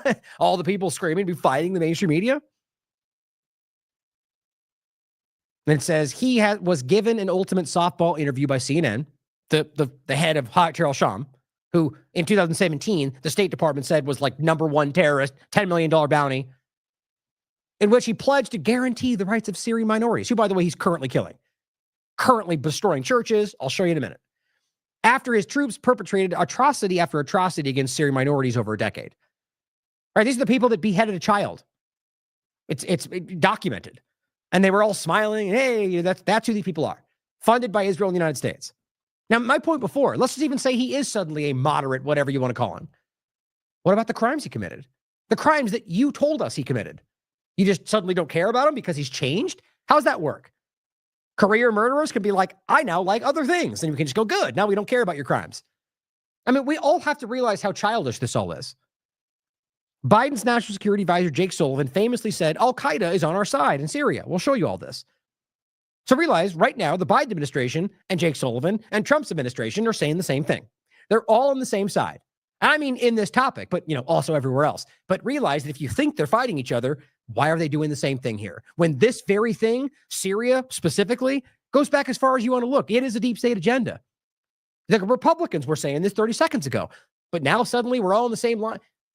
All I'm saying all this for is so you out there, honest conservatives, honest liberals, can see that the paradigm is always lying to you. And it says, now its boss controls Damascus. Its boss of Hayat al-Sham terrorist organization. The State Department still has a $10 million bounty on this guy's head right now. Right now. And they're letting him take power, or the reality is they drove this to reality, but the public narrative is it's okay. That jihadist terrorist that we have a bounty on is better than Assad. Which is not true, obviously, but the point is, how does that logically, legally, rules-based order, how does that make sense to anybody? You should be laughing about how transparently they're showing their hand. Israel and the United States have now made it very clear. They work with al-Qaeda. I bet you it's going to be very quick before we start seeing them working publicly with al-Qaeda. Which, by the way, has already been floated by U.S. senators in the past. because Israel was driving that. Let's be clear about that. Now it says, though it's not clear to everyone now that he is Washington's and Israel's man in Damascus. That's who he is. NATO countries have learned nothing from the decades of blowback, terrorism that has come from disastrous regime change wars and arming fanatical extremist groups in the region. Now, I would argue they have. They're doing it on purpose. Either way, now with a fragile coalition led by terrorist organization Hayat Tahrir al-Sham controlling Damascus, arguably it's only a matter of time before another episode of blowback. Which, of course, they can blame on just a reaction that we didn't plan for, but I think this is by design. Here's what he said. Deal has been done then. The Assad rule in Syria is over, a rule that for decades has at least guaranteed the rights of minorities like Christians. Certainly there'll be no guarantees for Christians this Christmas in Syria, despite all the huge amounts of celebration in media newsrooms in NATO countries. After all, Ukraine was helping the fight along with al-Qaeda. Well, Ukraine had neo-Nazis. Ukraine can support al-Qaeda. What's the difference? And that's a point not to forget, by the way. I shouldn't need, obviously the evidence is clear, but for those that may still somehow be on the fence, we're going to get in the next segment to show you how the decades of evidence that they have been not just supporting, but funding, arming, creating these groups. The U.S. government, Israel, but recognize how many other examples we have. How many times we've seen ISIS patches on people working in the Azov movement in Ukraine, being funded by the U.S. and Israel, or ISIS patches and people working with Turkey. Over and over and over. And yet some people still just have to act like we just can't, because I think some people just can't acknowledge this because it shatters everything they think they know. That's cognitive dissonance right there. And I think that's a huge part of this. Chaos is being sown. That is the policy of the United States. And Israel, very quick after the fall of Assad, to say it was them that did it. The genocide in Gaza, the destruction of Lebanese resistance. That's what made the end of Assad possible. And of course, we know Jake Sullivan famously said al-Qaeda is on our side in Syria. Is al-Qaeda on our side in Syria now? Because the Twitter account for the U.S. Embassy in Syria still says there's a $10 million bounty on Jelani's head. Will the CIA kill Jelani, the head of HTS al-Qaeda, pictures of whom are emerging on social media as the victor of Syria? We don't know yet, do we? We know that Russia's two bases aren't going to be safe as long as al-Qaeda is continuing to its presence in huge swathes of Syria and in the capital in Damascus. China, how safe is that? What with the Chinese al-Qaeda elements returning perhaps to China? We know the blowback usually occurs mainly, though, into Western Europe and the United States. So, ahead of a Trump administration, this will sow more chaos, as perhaps there will be more terror in NATO countries now. We have to assume that there will be a renewed real resistance, real rebels to any CIA, MI6, Mossad operation in Damascus. It was quick. It was much quicker than many believed, but then a deal was done. What happens now when CIA-backed Kurdish elements attack Turkey from the north? There's a lot of weaponry there. No one seems to ask in NATO propaganda media, so keen to give soft interviews to Jelani on Warner Brothers CNN the other day. No one thinks to ask what they have created. What was created when these same media organizations were applauding the Mujahideen in Afghanistan? What happened there? We know what happened. There will be great dangers ahead, more chaos sown, and this, so there are elements in the U.S. secret state believe, will only benefit the United States, given the coalescing of BRICS countries together, trying to fight, in effect, U.S. hegemonic power. So we'll have to now see in the days ahead what atrocities precisely are going to be committed. Well done. Well reported. It's just crazy how much blatantly provable information, like he just went over casually, is so easy to demonstrate with receipts and everything. And yet it never breaks through the controlled conversation, whether mainstream alternative media or mainstream media. So Patrick Henningsen pointed this out back on the 4th, I believe, this first one, and then the 6th, he followed up on this. Just remember that he was spot on. And it's just amazing how they just go through the same motions. He said, Syria chemical false flag alert. Remember? Was pointing this out on the 4th, saying that their white helmets are back all of a sudden, and they're planning. It's what they are there for. They're an extension of the same elements. By the way, the white helmet facade is just an extension of the exact groups of the Al-Qaeda, Hayat al-Sham extension. Vanessa and I've covered many times, and she's been covering longer than anybody. And he points out that on the 6th, exactly as he predicted, acting as Al-Qaeda's air force, Israel's IDF has just fabricated a fake case of chemical weapons, an excuse to bomb Syrian military facilities. Guess who's reporting it that he's tagging? Little old Elon Levy jumps in and says the IDF attacked a chemical weapons stockpile in Syria, which, by the way, I think is not even existing, quite frankly, but it certainly could still be there. What the fact that Assad has used them is a verifiable, it's a falsehood. Every single time we've shown this, every single one of them have been shown to be false. Whether they could or have them, certainly possible. But I think historically, it's actually been shown to me more than once that they actually demonstrated how they destroyed their stockpile, whereas the U.S. has clearly not. Or Israel, for that matter, who are currently using white phosphorus and all sorts of other things on innocent civilians all over the world. But he says the IDF attacked a stockpile in Syria to prevent it from falling into the hands of the rebels. So I don't know if this guy is just this stupid, or he just plays a certain role, or he's not even in conjunction with the Israeli government. You realize how dumb it is to say we want to bomb this to stop it from going into the hands of the people that Israel is right now telling you they're working with. That's how dumb this is. Right now, Israel is working in conjunction with this group. So how do you make sense of that? Are they these dangerous chemical weapons using terrorists that we have to stop from, or are they your ally who helped to get rid of the evil Assad regime? They can't be both. Or that means you're working with the worst people alive, which, by the way, is really what we're talking about. On top of the fact that Assad is not what they claim. But that's the report. IDF attacked chemical weapons stockpile because it's an easy win. They can pretend it happened. People on the news will go, look at what they did. They're fighting for freedom. And it probably never even happened. Probably wasn't even a bomb. I mean, that's how lazy this gets. But what's funny is how bad they are at thinking 3 steps ahead. I'll show you. We'll get into it next. We're in the next couple of segments where Netanyahu is telling you how they're working. Right now that they're taking credit for overthrowing Syria. Again, I think if I had to pick, it's probably because Elon Levy is just this bad at what he's doing. Now, Ewan McKenna says, as we speak, this was on the 6th, but still the same point, the West is collapsing Ukraine, backing Israeli genocide, all in on al-Qaeda and ISIS in Syria, trying to start civil war in Georgia, the country, engaged in a coup in Romania, or as well as 45 other places we could point out. But this is the good guys. These are the good guys fighting for freedom as they destroy freedom everywhere they go. Caitlin Johnstone, and this is I'll point this out later as well. I just love this. Is exactly what I was saying yesterday. This really stands out to me. She says, crazy how the West went directly from we need to occupy Afghanistan for 2 decades to prevent it from being taken over by the Taliban to yay, Syria is being taken over by al-Qaeda. Hold on. Where's the logic here? You're willing to destroy countries around the world for decades under the war of terror for the sole reason that we can't let these powers take control.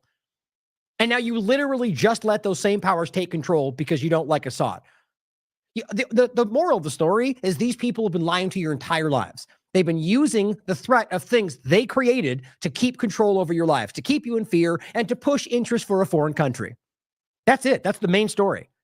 And it's that obvious right now. The rest of this we're going to get into is going to show you how very clear it is. Not only historically that they support and built these groups, but that right now they're pulling the mask off. Honestly, I could give you reasons. I could guess at why, but I don't know why. I think it's just because they're in the interest of trying to change the narrative so dramatically because they're losing. You know, you could, you may not even argue in a kinetic way, but in a narrative conversation in public, in the field of public opinion, they have lost already. It's over. My point is that I also think they're actually losing when it comes to the engagement. The point is that the powerful governments of the world on their side don't care. The Western apparatus media are either that bad at this or just willing to lie to you. I think it's both in many ways. But here we are. Now, this is an article that I actually covered yesterday, which I actually think this is so wild. So this article came out yesterday. A completely different title. Same link, by the way. You can even see right there, Syria, Assad, Sweda, Dara, Homs. So in what world is the media, a supposed journalist, journalistic integrity and all that, allowed to post an article with a title and then change the title, add new information the next day. So you can post the link, you can share it, and suddenly the thing popping up on the Twitter metadata has a different title. Doesn't even make sense what you posted.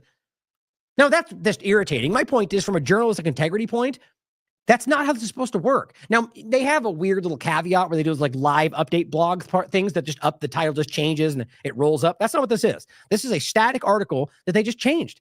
And all you get is updated on this day. And it's not updated. You literally change the article. Now, there is some overlap. There's points in there that are made in the other, but the title's changed because it wasn't Syria government fell. Yesterday, it was about different places that were taken. We don't know what's happening. I just want to point it out. We're in a world now where there's no, like it used to be where you had a record. You know, things were, and they lied and cheated and people stole documents. The point is now, digital world we're getting into, it's scary to me how rapidly they can just change what actually happened. I think that's pretty crazy. Now, the point, this is what it said yesterday. Insurgent stunning march across Syria gained speed on Saturday, which just makes me sick because they know damn well. I mean, it wasn't secret what the group was. In this article, they mentioned al-Qaeda and Hayat al-Sham. They know exactly who they are. Insurgents. So suddenly they're not terrorists that you guys have been screaming at us. Like literally, there are people that went to prison for the argument being that they were trying to work with this group.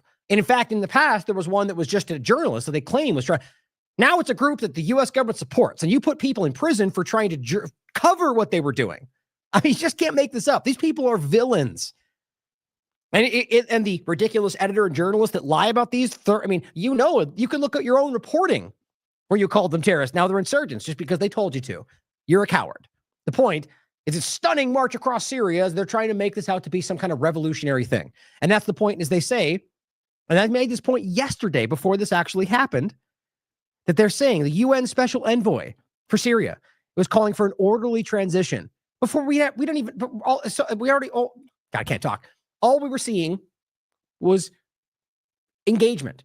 Yes, they had taken some locations, but it was not even remotely clear yet that they had like taken power and that there was going to be a new leader.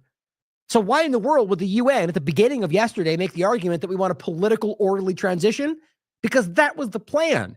That was where this was going. And I think that only came into play when it became clear that they were going to cheat on whatever deal they made and Israel was going to push into the country. And so at some level, this is where you get into the globalism idea. There are very clear elements of this that are bigger than just one country. But here's what it says today. Some of the updates. Now it says the Syrian government fell after a sudden rebel offensive. You won't hear the word terrorist mentioned once in here. Sprinted across government-held territory and entered the capital in 10 days. Syrian state television aired a video statement by a group of men saying that President Assad had been overthrown and all detainees in jails have been set free. So that should be terrifying. People that want to pretend that he's an evil villain and the only people ever arrested were political prisoners because you just want to lie to yourself about that despite all the evidence to the contrary, probably will go, yay, we freed them all. The reality is these were horrifying people by and large. As Vanessa would tell you, these are people they arrested that were working for Israel, the United States, and terrorist groups that were trying to overthrow their country for 13 years. Now they walked in, set them all free. Don't just realize what that means for the average people that are going to get raped and tortured and beat and stolen from by the people that they let out. Now it says the man, and by the way, the people that are there because they were let in as well, but I'm just saying they just let out people that were probably a bunch of terrorists. The man who read the statement said the operations room to conquer Damascus, an opposition group, called on all opposition fighters and citizens to preserve state institutions of the Free State of Syria, which is not what's happening. So these are flowery things they say out loud so the AP can say them and make them look like they're fighting for freedom.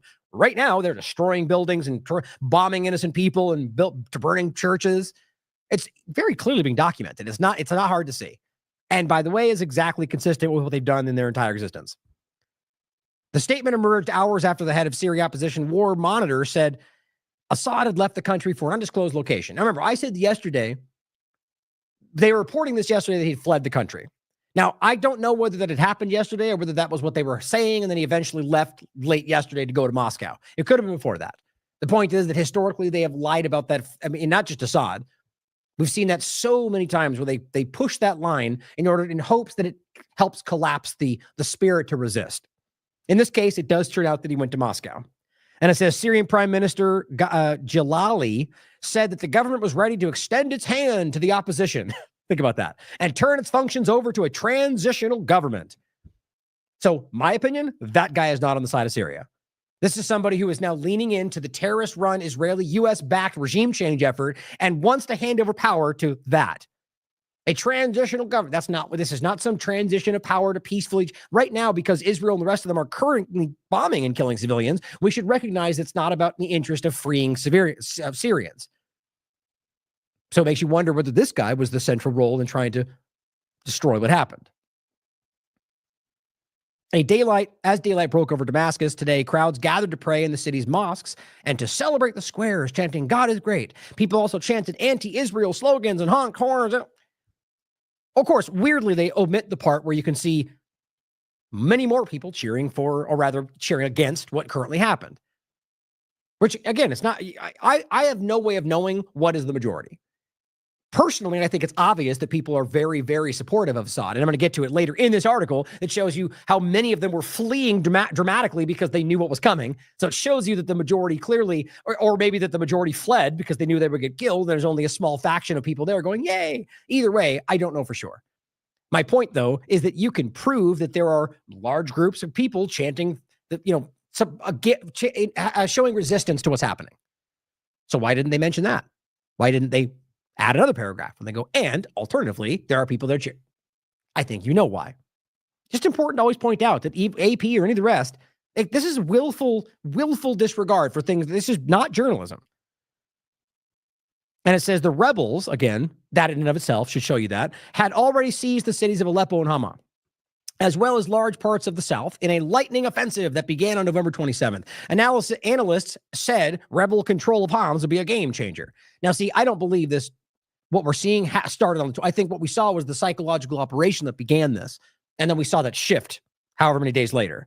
The rebels' moves into Damascus came after the Syrian army withdrew from much of the southern part of the country, leaving more areas, including several provincial capitals, under the control of opposition fighters.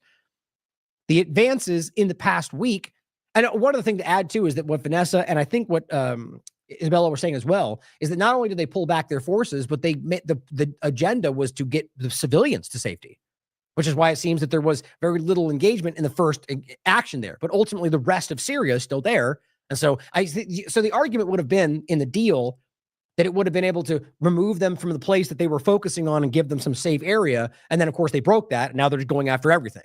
So you could argue that he was also aiming for the intention of trying to keep his civilians safe, which is what he's done many times in the past, including creating corridors for even the terrorists to get out. That was the last big focus on Syria, that, however many years ago. That was one of the things they really were hoping people didn't see, that he opened up these corridors and said, look, if you guys want to get out of the area, stop fighting us, you can take this corridor and go out. The very people that were being paid by the U.S. and Israel to fight against him. And there's so many examples throughout history that show he is not what they claimed he was. Says the advances in the past week were by far the largest in recent years by opposition factions, led by a group that has its origins in al-Qaeda.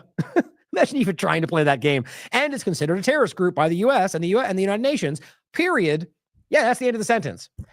Currently considered a terrorist organization, but they're okay with them taking power of a country.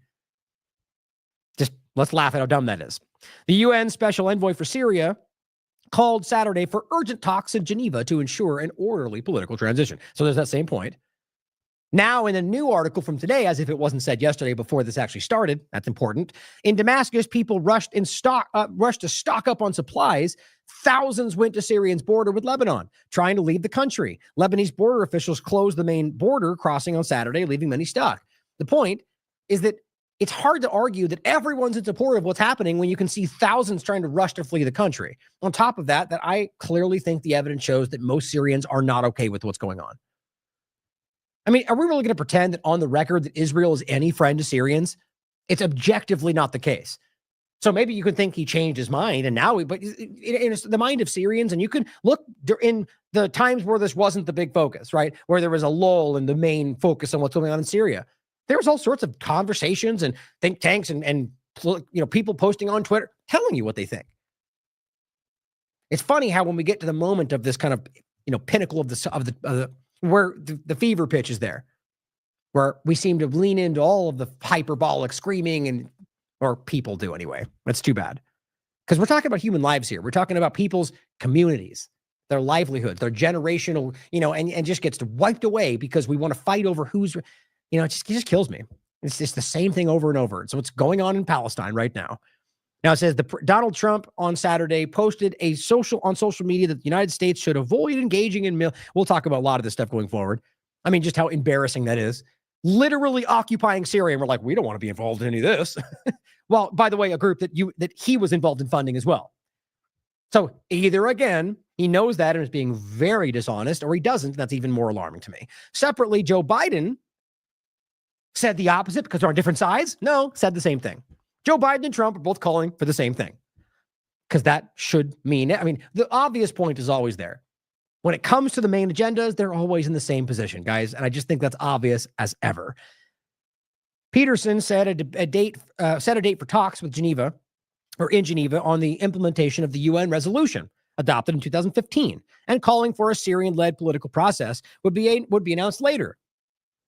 The resolution calls for the establishment of a transnational governing body, followed by the drafting of a new constitution and ending with UN-supervised elections. So, can you guess where this is going? So think about how dumb this is. So we're at a point now where Israel, who is driving towards the transitional government action and the elections and all of this, are working with Hamas, right? Isn't that the case? Are they working with Hamas right now to get this to happen? Didn't they just spend a year telling us the UN was Hamas? And now, but not this one though, not this UN or this part of it, or when they working on our side rather. The 2015 resolution that we like because we're going to use it right now. That's good. But any other resolution we've ever disliked doesn't matter because you're a Hamas though, in that context. Over here, it's not because we like you. I mean, this should be the way we regard this. This is comically stupid. You do not pretend like an entire body is a terrorist organization over here, and then 30 seconds later pretend like you're willing to work with them because you like what's happening. You can, obviously, you can do whatever you want. The point is the rest of the world just stand up and go, well, that's crazy. You're a monster. You're a liar. You're dishonest. You're killing people. Because we all know what's happening. So this is crazy that they're now going through the body of the United Nations to drive in a transnational, an illusion that will solidify their control over Syria, or rather the parts they break up and take for themselves. Just silly. It's just embarrassing. It's even more so embarrassing that people pretending to be pundits that have, partisan insight are lying to you about what's going on or don't know. Now, last part of this, it says that in recent years, Hayat al-Sham's leader, Golani, has sought to remake the group's image, they say. Cutting ties with al-Qaeda, not true. Ditching hardline officials, not true. And vowing to embrace pure pluralism and religious tolerance. Wow. I mean, guys, it's just the dumbest thing in the world. Like, obviously anybody can change, but you're talking about somebody who you presented as the hardline extremist, like the definition of what we're fighting, an extremist, Islamist, and now he wants religious tolerance? Pluralism? I mean, this, you know what this is? This is the woke ISIS in the same direction as the vanilla ISIS. This is the same agenda. It's always been the case to blur the lines here, because ultimately this is about using whatever they can. But it's embarrassing to pretend like these groups are suddenly not exactly what they currently are still doing. You realize right now they are not doing that. Right this moment, they're burning down churches. But AP reported this. It's about the equivalent of Tucker Carlson and Candace Owens bringing on Tate to say things we can literally show him on video proving the opposite. It's what they're doing. They are whitewashing the reputation of this group for future agendas. Now, whether Tucker and Candace knew that is irrelevant for the point now. The reality is the guy is a monster. He is very objectively telling you what he's done to these people and then goes on there and gives you a fake narrative and they all nod their head and go, oh, yeah, they're coming after you. Here we are. That's the equivalent of this group. This group is a monster organization that has been put together by these states and are now being whitewashed by the media apparatus. It says the Syrian government has referred to opposition gunmen as terrorists since the conflict broke out in 2011, because they are. Now, Dan Cohen says there is no Syrian revolution. There is a CIA-run counter-revolution. They sound similar, but they are complete opposites. Syria has lost its sovereignty to competing gangs of Turkish and Israeli-backed jihadist mercenaries who are united in their hate for religious minorities. That's the truth. Can you imagine trying to frame one of the most alarming groups as somehow the ones fighting for religious freedom? I mean, that's as dumb as this. That's as stupid as saying Zionism is fighting for anything other than the destruction of everything else.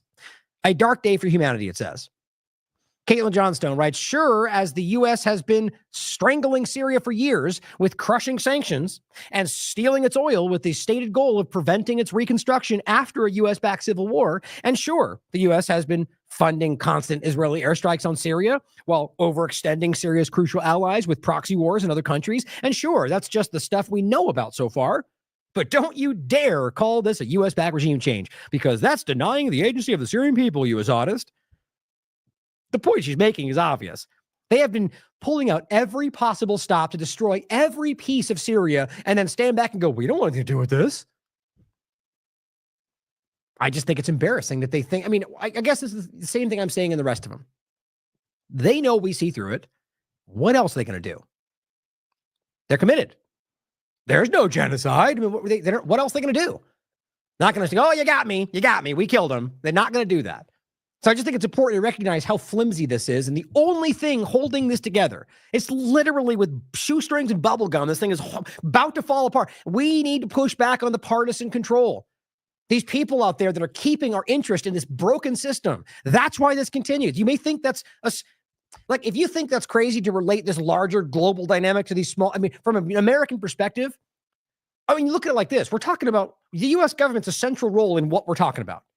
They are at least in some way influenced by what we do in this country. So if we can break through the basically the last things barely holding this control together, we can push back on that control and then eventually put the interest of the U.S. supporting Israel would stop, which would then stop their ability to keep fighting, because it's a domino effect. We see it. Do something about it.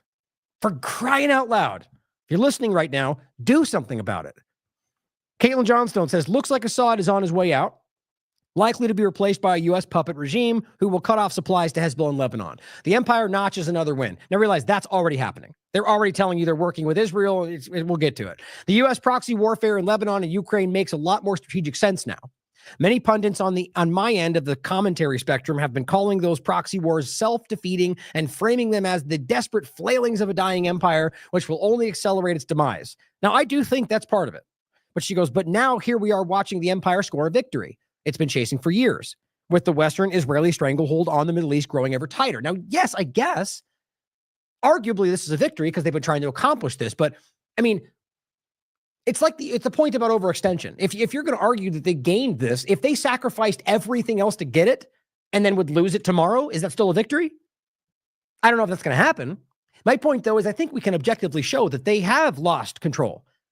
I mean, again, it's us watching on this show, me talk. It's just not just our opinion. Let's be clear about that. The reality is undeniable that the world has stopped falling for the lies of Zionism. Too late. As well, that's translated into the fact that we can see the U.S. government has blindly, against everything being exposed, continued to support it. That's too late. It's out. You can't pull that back. So that is a loss of, at least in the public opinion and narrative. Then you can show that they have been flimsily falling. I mean, they have been failing in things in Venezuela. I mean, they are not effectively doing, people are not falling for it anymore. But my point is they just keep going. And, you could just keep pounding until eventually it breaks. Doesn't mean you're going to, I'm trying to make an analogy. The point is they can just keep using force.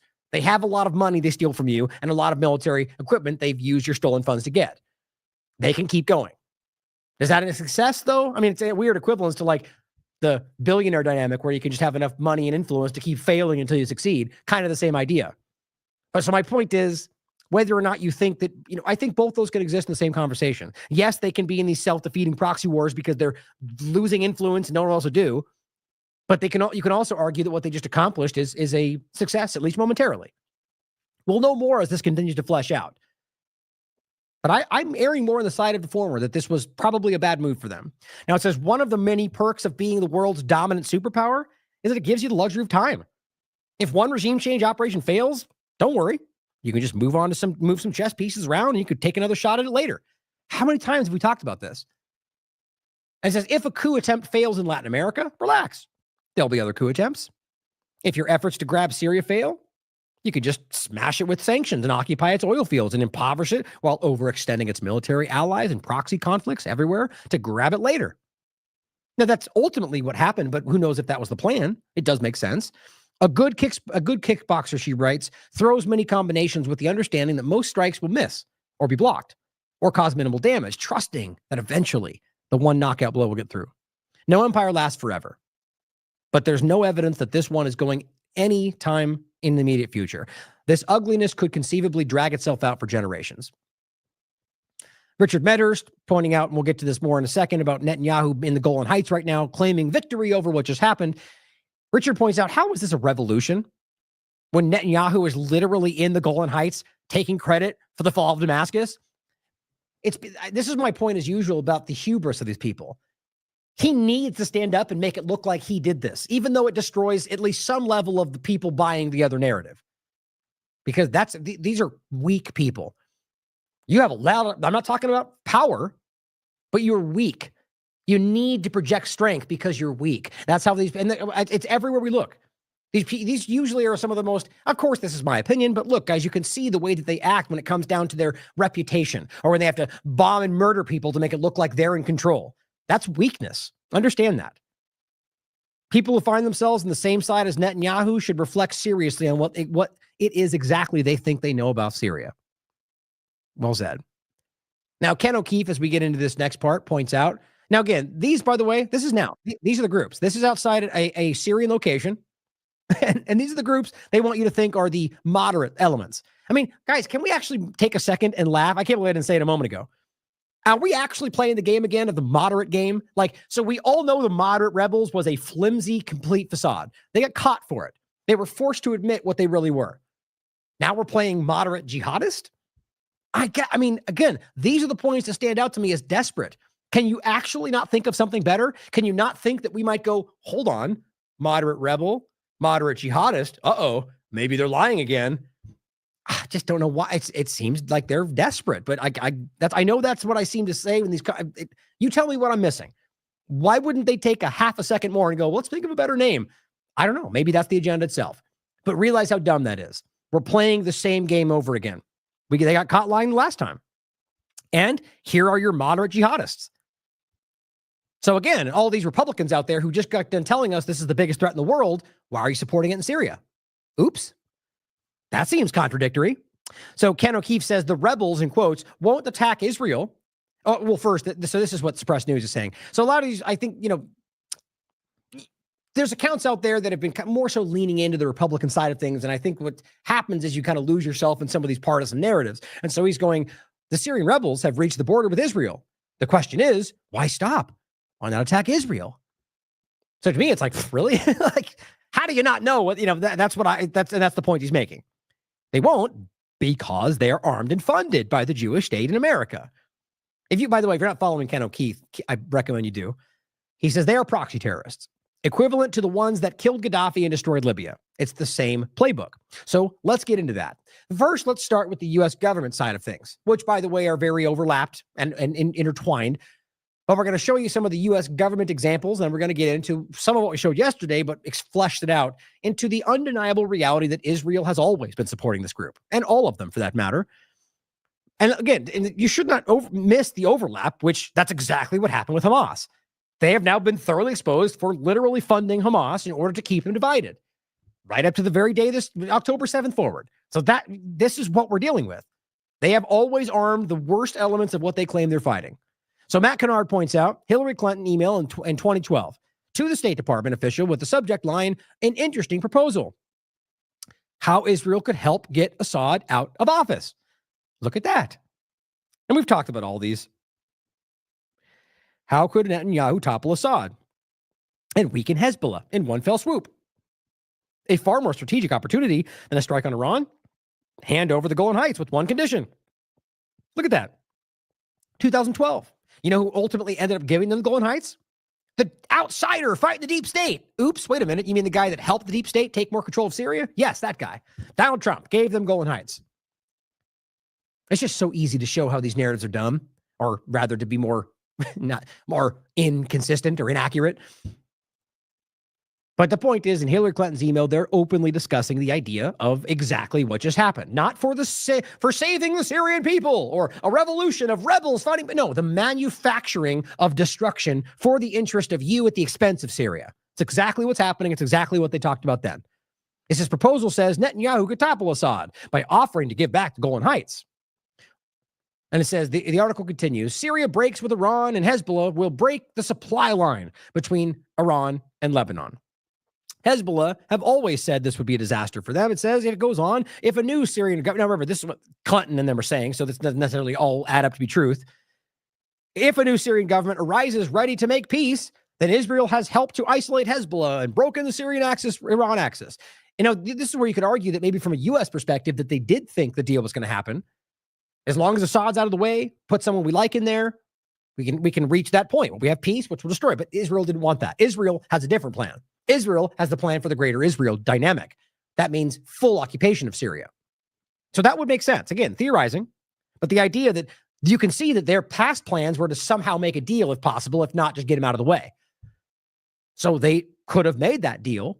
Assad says he resigns, wants a peaceful transition, and then Israel blows in there and destroys everything.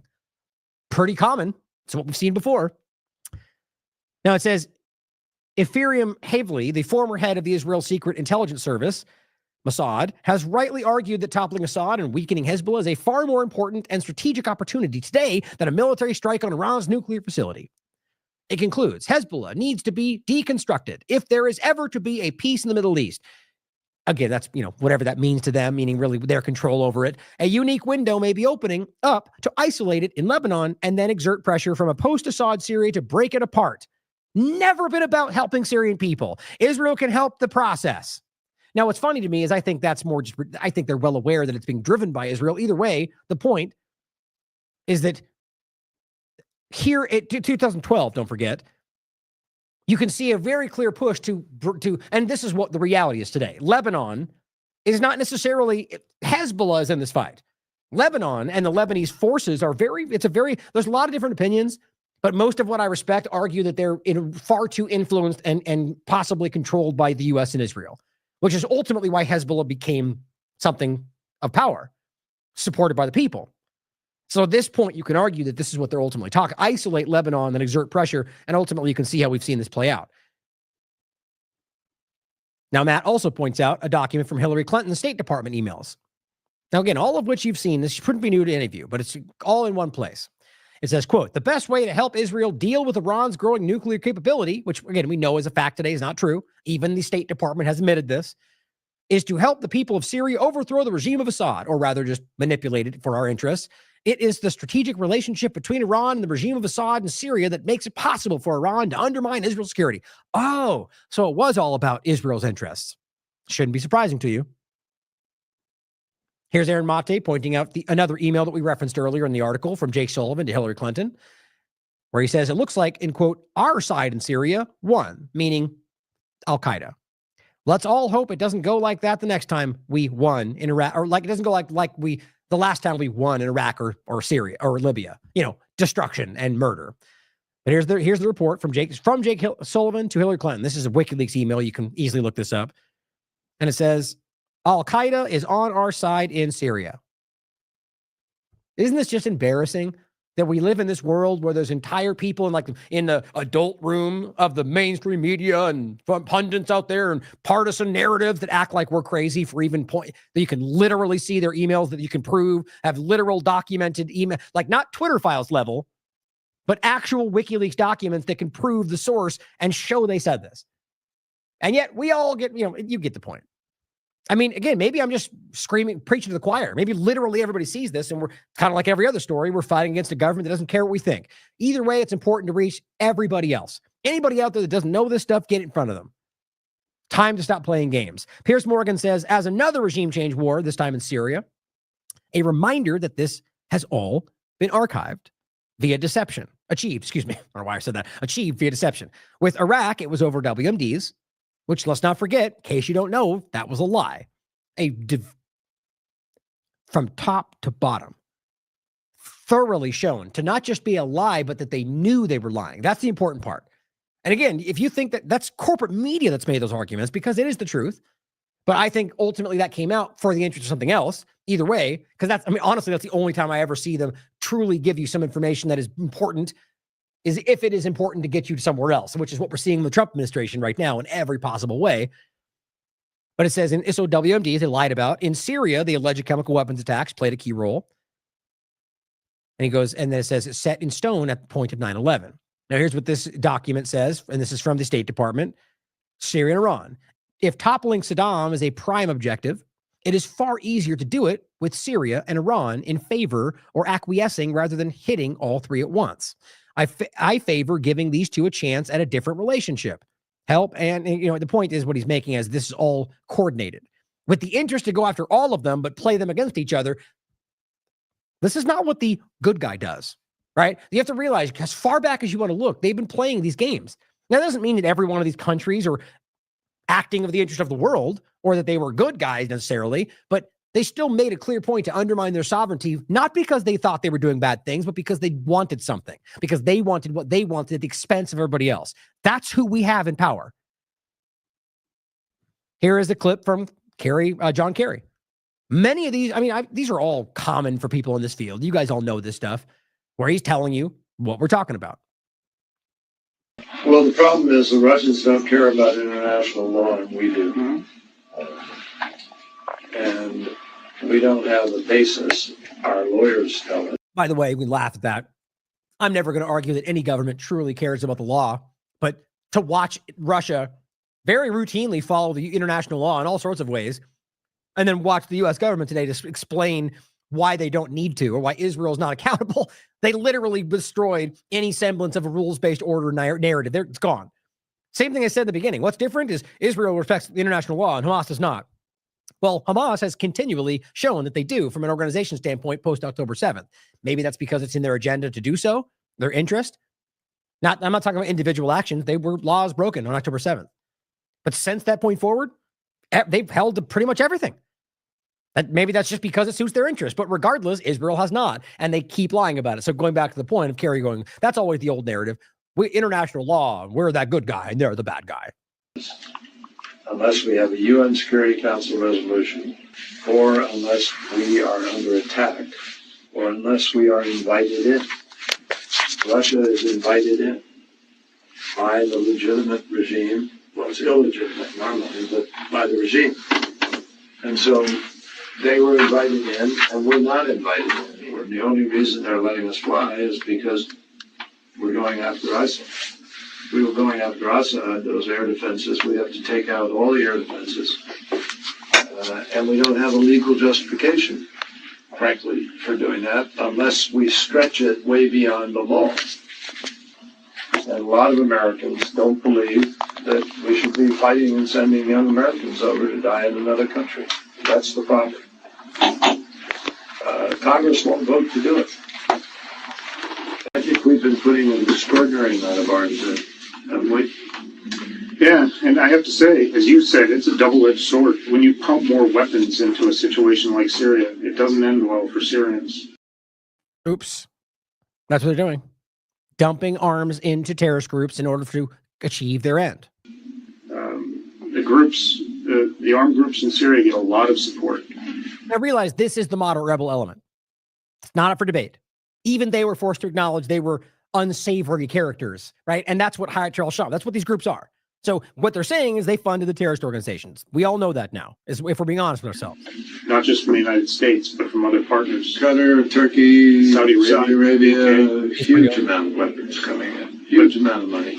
The reason Russia came in is because that's the main point. Now he's mentioning that they're right here. The reason they came in, ISIL was getting stronger. Daesh was right. So the reason Russia came in is because ISIL was getting stronger. Do you know why? As I've said before, this aspect of our strategy was moving too slowly, but the fall of Ramadi has galvanized the Iraqi government. So with the additional steps I ordered last month, we're speeding up training of ISIL forces, including volunteers from Sunni tribes in Anbar province. Yeah, because they've always been supporting them. And yet here we get another example of Russia coming in to stop you guys from funding terrorism or funding Nazis. Now here's WikiLeaks, the ones pointing it out. Here's WikiLeaks as well, pointing out a good article, actually. from Substack, and it says, what's next for Syria? A well-sourced, underreported review of Israeli government support for anti-Assad forces. When it comes to the Syrian civil war, the conflict which sparked the major refugee crisis responsible for flooding Europe and the millions of Muslims, Israel has been firmly on the side of jihad, even and most particularly al-Qaeda. Now, it's not a civil war. I'll take issue with that, but let's check this out. December 7th from Keith Woods. It says, when it comes to the Syrian civil war, that's what I just read, but that's the point is, Israel has been firmly supporting terrorist groups, particularly al-Qaeda. Now, the point it makes here is that it's responsible, the conflict which sparked the major refugee crisis, responsible for flooding Europe with millions of Muslims. So you have to remember that this has been an Israeli agenda. That's what this should be transparent at this point. So don't forget that part of their agenda was to weaponize migration for the interest of whether it's their prophetic beliefs or because of the destabilization of countries, including Europe and the United States, which is what has ultimately happened. And right now you've got Republicans and people around the world in the same agenda screaming about how it's because of bad guys from other countries when you can see where this is coming from. Largely people being taken advantage of. And instead of blaming the governments doing it, you're blaming the individual suffering because of it. Now, it says in 2019, an outgoing Israeli army commander, Gadi Eisenkot, confirmed suspicions that as well as medical aid, Israel had been providing lethal material support for Syrian jihadists. Eisenkot, and there's links in all this, but we're going to get to some more visual examples in a minute. Eisenkot said that Israel had been years providing light arms and weapons and two rebel groups along the Syrian-Israeli border. Now, he also acknowledged that we carried out, quote, we carried out thousands of attacks in recent years without taking responsibility and without taking credit, which we actually know. Israeli support for these groups actually went well beyond the light arms, Eisenkot acknowledged. In 2018, Foreign Policy magazine reported that Israel had funded, quote, at least 12 rebel groups in southern Syria. These are the worst of the worst, based on reports from, quote, more than 24 commanders and rank-and-file members of these groups.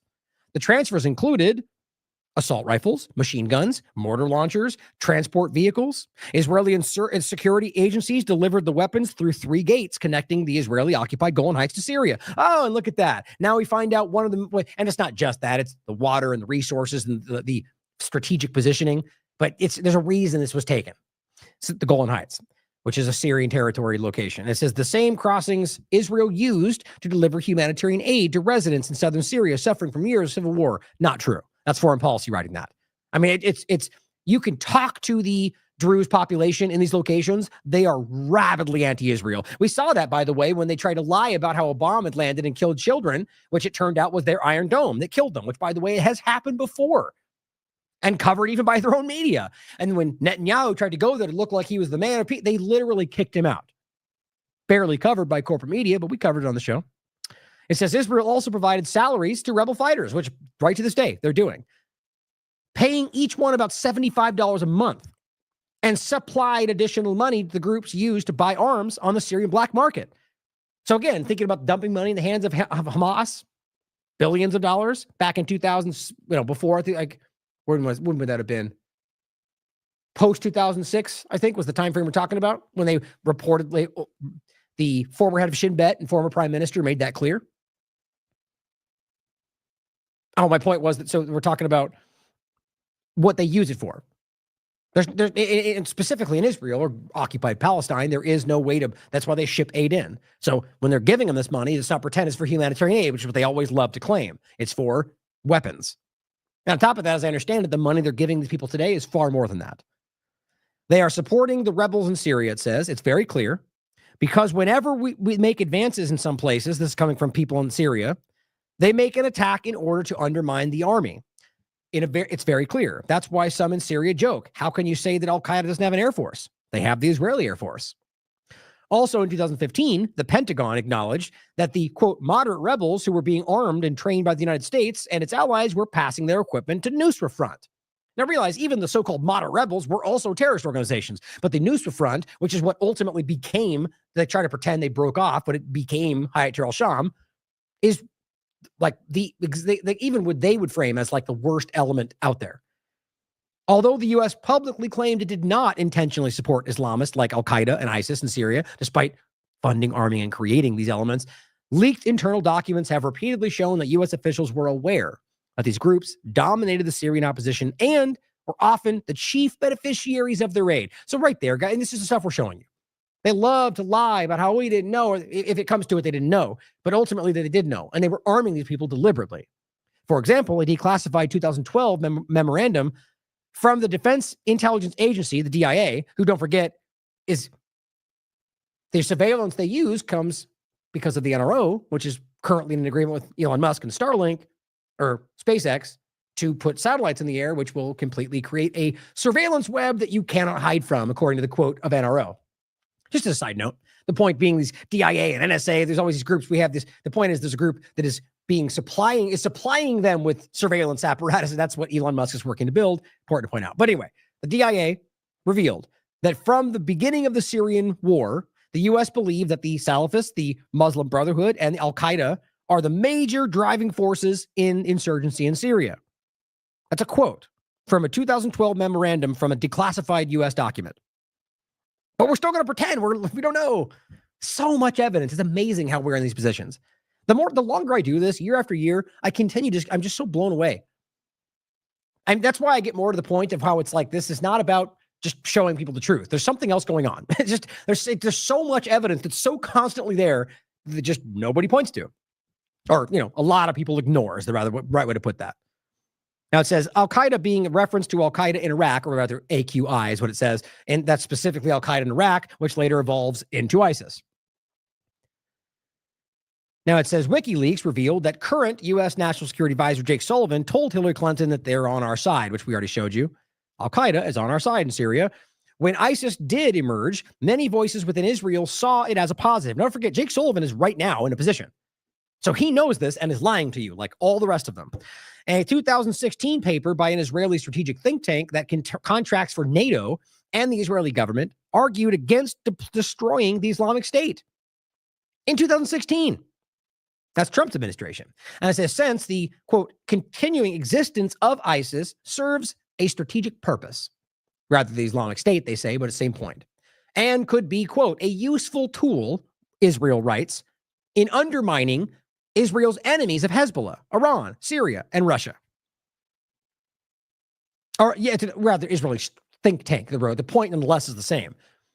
They're talking about, in secret discussions they don't think you're going to see, that there's a reason we should keep the Islamic State, because it's working for us.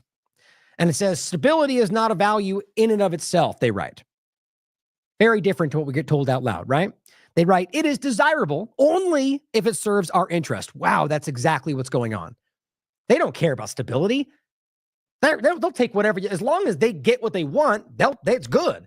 If stability makes us get within good, we'll take stability. If chaos makes us get within, we'll take chaos. They love to present them as fighting for you when on everything you can find that they're clearly showing you that they are at the interest of themselves. It says the defeat of the Islamic State would encourage Iranian hegemony in the region, which I disagree with. Either way, that's what they're arguing, and buttress Russia's role and prolong Assad's tyranny. So getting rid of the terrorist group that you claim you're fighting and that all of them are supporting would help them. How does that make sense? If they're supporting it, how would you see what I'm saying? Like, it shows you that their narratives, they know they're telling the narrative they're putting out there, they know are false. On the surface of it, there's not some kind of disregard, like a middle ground where they're like, we're not sure. They know they're deliberately lying to you. They're keeping this group in power that they claim they're fighting in order to, I guess the stated narrative here, stop that rather if they were gone, it would allow the groups their claim are working with them to expand. It just doesn't make any sense. It says on other senior Israeli figures also saw an opportunity in the growth of ISIS. Naftali Bennett, now a former prime minister of Israel, told the person writing this in a conference, quote, a closed-door annual gathering of the country's very top political security, intelligence, and business elite, that's the conference, told them that, quote, that the emergence of ISIS would offer Israel an opportunity to legitimize its annexation of the Golan Heights, calling for a quintupling of the Jewish occupation population to 100,000 in a 5-year period. So not only are they saying we don't want it to go away because it works for us, but that the emergence of it before all of that would have helped us because it would legitimize our illegal interests. Guys, these are mobsters. They're literally writing out how breaking the law would.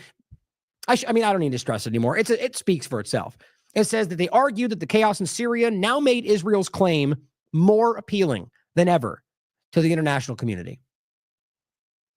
So they don't care about your life. They care about using your life to achieve their goals. Now, the last part, jihadis who love Jews. It says in late November 2024, the world was shocked with the news that rebel forces, this is what we're talking like today, in Syria had seized Syria's second city of Aleppo, rather the end of November, but we're talking about the current situation. This came just days after the announcement of a ceasefire between Israel and Assad ally Hezbollah, which is what a lot of people point to as the immediate, what drove this into reality. Israel did not want a ceasefire. Significantly weakened by the year of conflict with Israel, and Israel began its war on Gaza. The latest advance was led by the Islamist group Hayat al-Sham, which has maintained control of the northwestern province of Idlib. So there's no gap in between this. The U.S. government and Israel were fighting this element, or rather pretending to fight this element, on the record, and then just let it exist in Idlib all the way to this point in time. Well, Turkey would dabble a little bit. You know, Brett McGurk would tell you it's the largest hotspot in history when they want you to notice it for one moment. White helmets would dance around. The point is that they've let it there. Now they break out of that spot and overthrow Syria. They're going, yay, revolution. It's like, again, I could have sat down for 15 minutes and wrote you a better narrative. I just don't know why they're pushing this stuff. Maybe that's all they have. Maybe it's the only outlets they can use. It says Hayat al-Sham grew out of a merger of multiple radical Islamist groups in Syria, most notably the al-Nusra Front. Its leader, Jilani, is previously a member of al-Qaeda, ISIS al-Nusra, as well as other jihadist groups, and fought in both the Iraqi insurgency and the Syrian war, leading to the State Department declaring him a specially designated global terrorist and placing a $10 million bounty on his head. Now, I don't believe he split from these groups, but that's the narrative. Now, though, Jilani is providing thoughtful interviews to CNN where he promises Syria, under this terrorist organization that is currently still called a terrorist organization by the U.S. and the UN, will rule with a pluralist country, ready to join the civilized world, and weirdly dresses just like Zelensky now. It says, as well as working on their PR with the liberal democratic West, this new wave of jihadists have also been keen to improve their relations with Israel. Weird, right? Notably, the one time ISIS actually attacked Israeli forces in a brief exchange, it apologized. Israel's state media outlet Khan interviewed some of the jihadis leading today's advance who were surprisingly grateful to the Zionist state. Those interviewed expressed gratitude for Israeli strikes on Hezbollah and weapons transfers within Syria, which have, quote, allowed us to return the free lands to the country. It says both said the rebels had no issue with Israel. They're publicly going, we're good. They said, quote, we love Israel, and we were never its enemies. That's what they just said. The person from Idlib. And it says, quote, Israel isn't hostile to those who are hostile toward it, who are not hostile toward it. Well, that's not true. Israel's been hostile towards people all over the world that weren't hostile towards it. And it says, we don't hate you. We love you very much. What a dumb thing to say. Like, you can't get more clumsy than that. These are supposedly terrorist groups that they've all been fighting that are going, we love you, Israel. You're the greatest. It's just what I expect from clumsy Israeli propaganda. And it says, given that Israel is carrying out a genocide on their Muslim brothers and sisters in Gaza and elsewhere, you might think militant Muslims in Syria wouldn't be the biggest fan of the Jewish state, but don't ask questions, ladies and gentlemen. Yet Israeli media ran multiple pieces on this pro-Israel sympathies of the chief threats to Assad's rule. The corporate media, a commander for the U.S.-backed Free Syrian Army, assured Israel's Channel 12 that, quote, we are open to friendship with everyone in the region, including Israel. We don't have enemies other than the Assad regime, Hezbollah, and Iran. They let the cat out of the bag, guys. There's no way. They could argue they want to make peace with everybody, but to be like, we like Israel, but we hate all of Israel's enemies, it's very transparent, especially when those Israeli enemies are explicit allies of what Syria is. And it says, what Israel did against Hezbollah, he's continuing the quote, in Lebanon helped a great deal. Now we are taking care of the rest. And that's where Netanyahu steps in and goes, we did this together and we're overthrowing Syria, literally owning to working with al-Qaeda. It says Assad was a key ally of Iran, whose rule in Syria allowed them to access the resistance highway of basically the connection between Iran and Lebanon, a Shia crescent extending across the Middle East right up to the Israel's door. That's why they wanted to break this up. If it comes to pass, that Assad's fall will follow a year of war on, basically, Assad's fall will potentially follow a year of war on Hezbollah and Hamas that has significantly debilitated each. That's what they're projecting might be the next couple steps. Who or what will replace Assad, which we're already seeing they're putting the head of the terrorist organization as the leader, and whether Syria is an entity that will survive the transition or be balkanized, which is what they're promoting, or collapse into years of sectarian conflict remains to be seen. It says, when Israeli support for jihadist groups was first reported, it sounded crazy, right? This is what we keep. I remember pointing these things out and people were like, you're so crazy. Now we know it was not just real, but far greater extent than we expected. Here's the article in regard to, I'll include a lot of the documents he why isn't that scrolling up for some reason? There it goes. Talking about what was this? I forget which one this was. It was one of the links from what we just read. I'm just including the source material from what he was pointing out, even though it's in the article. It's what I felt was important to see. But the title is "The Destruction of Islamic State is a Strategic." Oh, that's what it was. The point is they're writing about how they want to bolster the Islamic State because getting rid of it would help their enemies, which is exactly what we're talking about. Now, I broke this down. So I played the longer one so many times recently, but it really is important. I broke this down into a really small clip, and I added the 7 countries, 5 years point to see it in one sitting. So based on what we just said, important to hear this as well and carry this over from obviously Israel's agenda that the U.S. is carrying out. It starts, and it's really fascinating to go back. It starts in 1996 with Netanyahu, who wrote a book called Fighting Terrorism. And the thesis of the book is quite straightforward and very dangerous. He says, there's Hamas, there's Hezbollah, they oppose Israel. It's not good for us to fight them directly. That won't work. What we need to do is topple the governments that back them. So what we need is regime change throughout the Middle East. And he actually gave a long list of 7 countries that included Syria, Libya, Iraq, Iran, Somalia, Sudan, and Lebanon. And systematically, the United States has done Netanyahu's bidding for almost 30 years now, going to war with every one of them except for the big one that Netanyahu so much longs for, which is the war directly between the United States and Iran. About 10 days after 9/11, I went through the Pentagon and I saw Secretary Rumsfeld and Deputy Secretary Wolfowitz. I went downstairs just to say hello to some of the people on the Joint Staff who had used to work for me. And one of the generals called me in. He said, "Sir, you got to come in. You got to come in and talk to me a second." I said, "Well, you're too busy." He said, "No." He says, "We've made the decision. We're going to war with Iraq." This was on or about the 20th of September. So I said, "Well, did they find some information connecting Saddam to al-Qaeda?" He said, No. He says, "There's nothing new that way. They just made the decision to go to war with Iraq." He said, "I guess it's like we don't know what to do about terrorists, but we've got a good military and we can take down governments." And he said, "I guess if the only tool you have is a hammer, every problem has to look like a nail." So I came back to see him a few weeks later, and by that time we were bombing in Afghanistan. I said, "Are we still going to war with Iraq?" And he said, "Oh, it's worse than that." He said, he reached over on his desk, he picked up a piece of paper, and he said, I just got this down from upstairs, meaning the Secretary of Defense's office today, and he said, "This is a memo that describes how we're going to take out 7 countries in 5 years, starting with Iraq and then Syria, Lebanon, Libya, Somalia, Sudan, and finishing off Iran." Very important to see that connection, which I know most of you following this, you've already seen this. It's easy to see. But for those that are new to this, you can't ignore something like that. Literally, as Jeffrey Sachs is laying out, the fact that he wrote this book, I think he said 96, and I was showing you the link there, and even showing you how the U.S. government literally has a page where they have his book information listed as, it's very easy to see.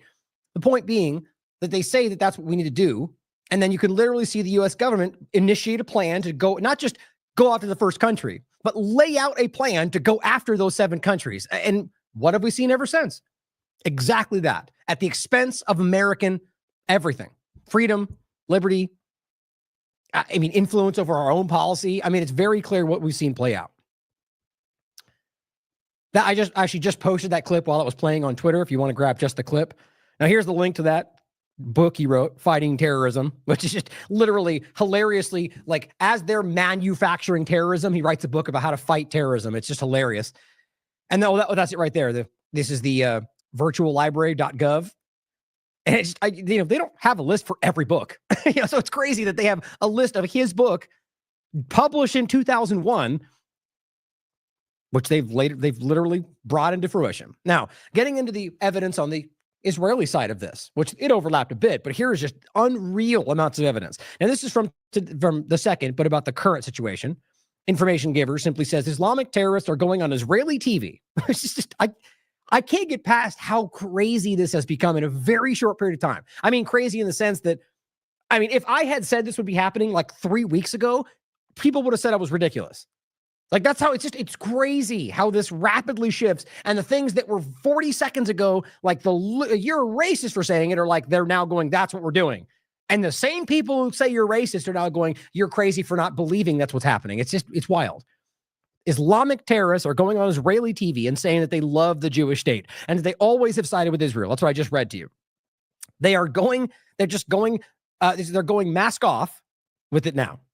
They say, why hide it? Which is what I'm saying. Like they're desperate. They're pulling out all the stops. It says it's not like everyone who was paying attention didn't already know that, which I do agree with. Now, this is the article from the second, which is right here. Syrian rebels appear to credit Israeli strikes on Hezbollah with aiding the shock advance. So now you got them saying, before even Netanyahu, that look, the reason we're basically working in conjunction with Israel, which is not exactly, could have been just we used it. But you can see as this goes forward, not only does all the evidence show that they're literally working for Israel, but they actually in the conjunction that they're now showing you that, which is one thing I find interesting. Now, going back to the older information. So we'll come back to the moment of today. But look, this stuff goes back a long way.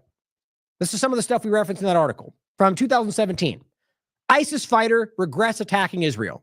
Literally apologized. It's kind of the cartoonish stuff. Like most of this stuff gets noticed by somebody and they never look back. You go, well, that's crazy. But my point is most average people, they never see this stuff as much as this is on Newsweek. ISIS fighters apologized to Israel for attacking it, despite we're being told that their main objective is to kill all the Jews in the world. Somebody work that out for me. Oh, and you know what? I'll grab this too. I think this is the one. Well, this is one of them anyway. This is from November last year. And just like that, ISIS suddenly starts attacking the enemies of Israel and the U.S. government. Again, completely by coincidence, of course, as usual, after being 100% defeated a few times, according to Trump. But so this is, right after we saw post-October 7th. And you see the group that they claim is fighting Israel suddenly start fighting Iran, who they claim is responsible for what happened on October 7th. It never stops being this silly. And this obvious. So here's Foreign Policy magazine from 2018. Inside Israel's secret program to back Syrian rebels, otherwise known as terrorists. Not up for debate. Here is the article I showed you last time, 2015. Israel treating al-Qaeda fighters. When we did in Syria. Here is Ynet News, a translated article from Hebrew. Israel transfers money, food, and fuel to Syrian rebels. This is one that goes. So one of the references were for a smaller amount. Here's what it says right here, according to Israeli media. It says rebel officials said that Israel's giving them $5,000 each a month. As somebody was just saying, the point is, apparently Syrian soldiers get paid a hell of a lot less. So it's not hard to see that there's an opening for potential manipulation there, where people may just be hungry. Maybe they just want money. Maybe they're not as morally sound. My point is, it's easy to see how with flooding this place with lots of funds from, funds they steal from you, by the way, it's easy to see how you could manipulate a situation. But the point, obviously, is that Israel has always, this is back from 2017, funding, arming, feeding, paying the salaries of terrorists right on the surface. This clip we played for you yesterday, but it's a short one. I'll play this one again. Now, this is from a former FBI counterterrorism element, and he is speaking about what we all know. And it's for whatever reason, it decides to tell the truth because this is provable. Oh, so I did forget to grab that. Hold on. I don't know how I did that. There it is. We created ISIS. I mean, ISIS is no less than the people up in Islamberg, no less than Gulen, is a CIA creation. John McCain, for heaven's sake, was over there with the ISIS officials. We created them. They came from the al-Nusra group, the Syrian Liberation Front. These two organizations combined, and they morphed into ISIS. It's our creation. We create them. We still direct them. When ISIS warriors are injured in battle, where are they transported? They're transported, for heaven's sake, to Israel. They're treated by the Israelis in Israeli hospitals and brought back to battle. Well, plenty of the rebels have acknowledged that they've been supported by Israel, and they've thanked Israel for helping them throughout. In fact, arms are oftentimes caught. Israeli arms are caught on en route to the rebel groups. But when it comes, and then just we're in the same line. Just playing the same with short one. Play it again.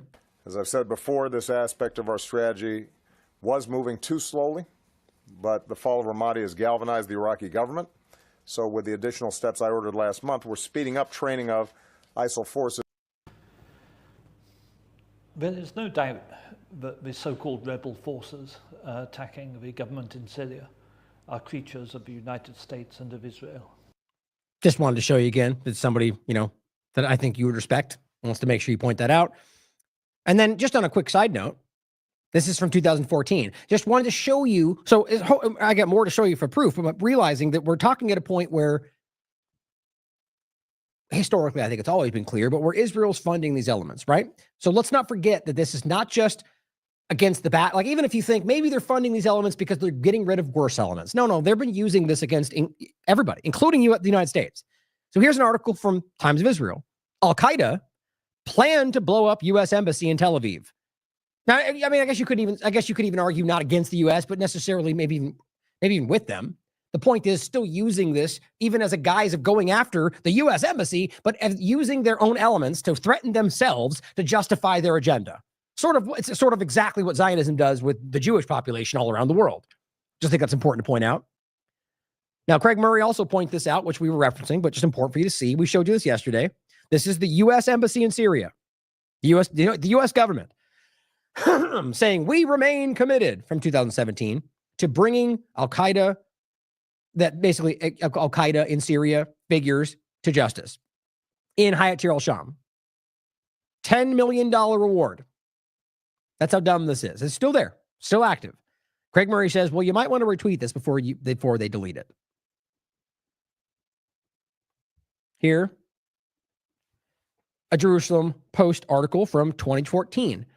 A new UN report reveals collaboration between Israel and Syrian rebels. Now, this is all about Syrian rebels. The point is to remember that the Syrian rebels have been overtly proven to be terrorist groups. Hayat al-Sham being one of them, and today you can literally see them working with them. So it's not hard to see the connection. But realize that as we'll get more into this, it's not just even moderate rebels. It's about Al-Qaeda, ISIS. It's about the foundational elements that they created to drive this element, or rather just cultivated, however you want to look at it. The point is that we can go back to Afghanistan even before. That's what they do. In this case, it's the U.S.-Israeli agenda to use it against Russia, Soviet Union at the time. They did the same thing later, doing the same thing in Ukraine with Russia for other agendas as always. But working with, I mean, for crying out loud, look at the Nazi element in Ukraine that they're working alongside. I don't need to convince you guys of this, but somebody out there is on the fence probably. And if you can just take a second to look into how radical those people are, no matter what you think of Russia, recognize they're willing to work with unsavory elements for their own agenda, usually at the expense of everything else. And here's 21st Century Wire reporting on the same. UN report reveals how Israel is coordinating with ISIS militants inside of Syria. Here's Press TV. Tel Aviv, and this is of today, in direct contact with militants in Syria. Now, of course, because people who just don't care to do their due diligence, reflexively go, that's Iranian press, so therefore it can't be true. Here's the report from Israeli media. Dramatic development. Syrian rebels in message to Israel. And the point is exactly what they're reporting. I'm in contact with the rebels in Syria and have forwarded the senior official in the country. So Israel is directly communicating with the terrorist organization that is currently running Syria. Pretty easy. Now, Patrick Henningsen points out, that's where I got the image from, the mask is off now. The evidence is overwhelming. Israel is and has been working directly with al-Qaeda, Hayat al-Sham, ISIS in Syria and beyond. They are committed allies and partners on every level, including intelligence sharing. You must now revisit everything you've seen in Syria and Iraq over the last 12 years and view it through the revised lens of reality. This extends to the U.S. and Turkish intelligence too. Now, one thing that I actually should have grabbed that I'm just thinking about now, same point, and it goes to the classic idea. Now, this is what he's simply pointing out is the first step to think about, right? The first step about whether this is something that just whether they're collaborating, which they 100% are. But it's bigger than that. And that's what I'm trying to highlight here. And others.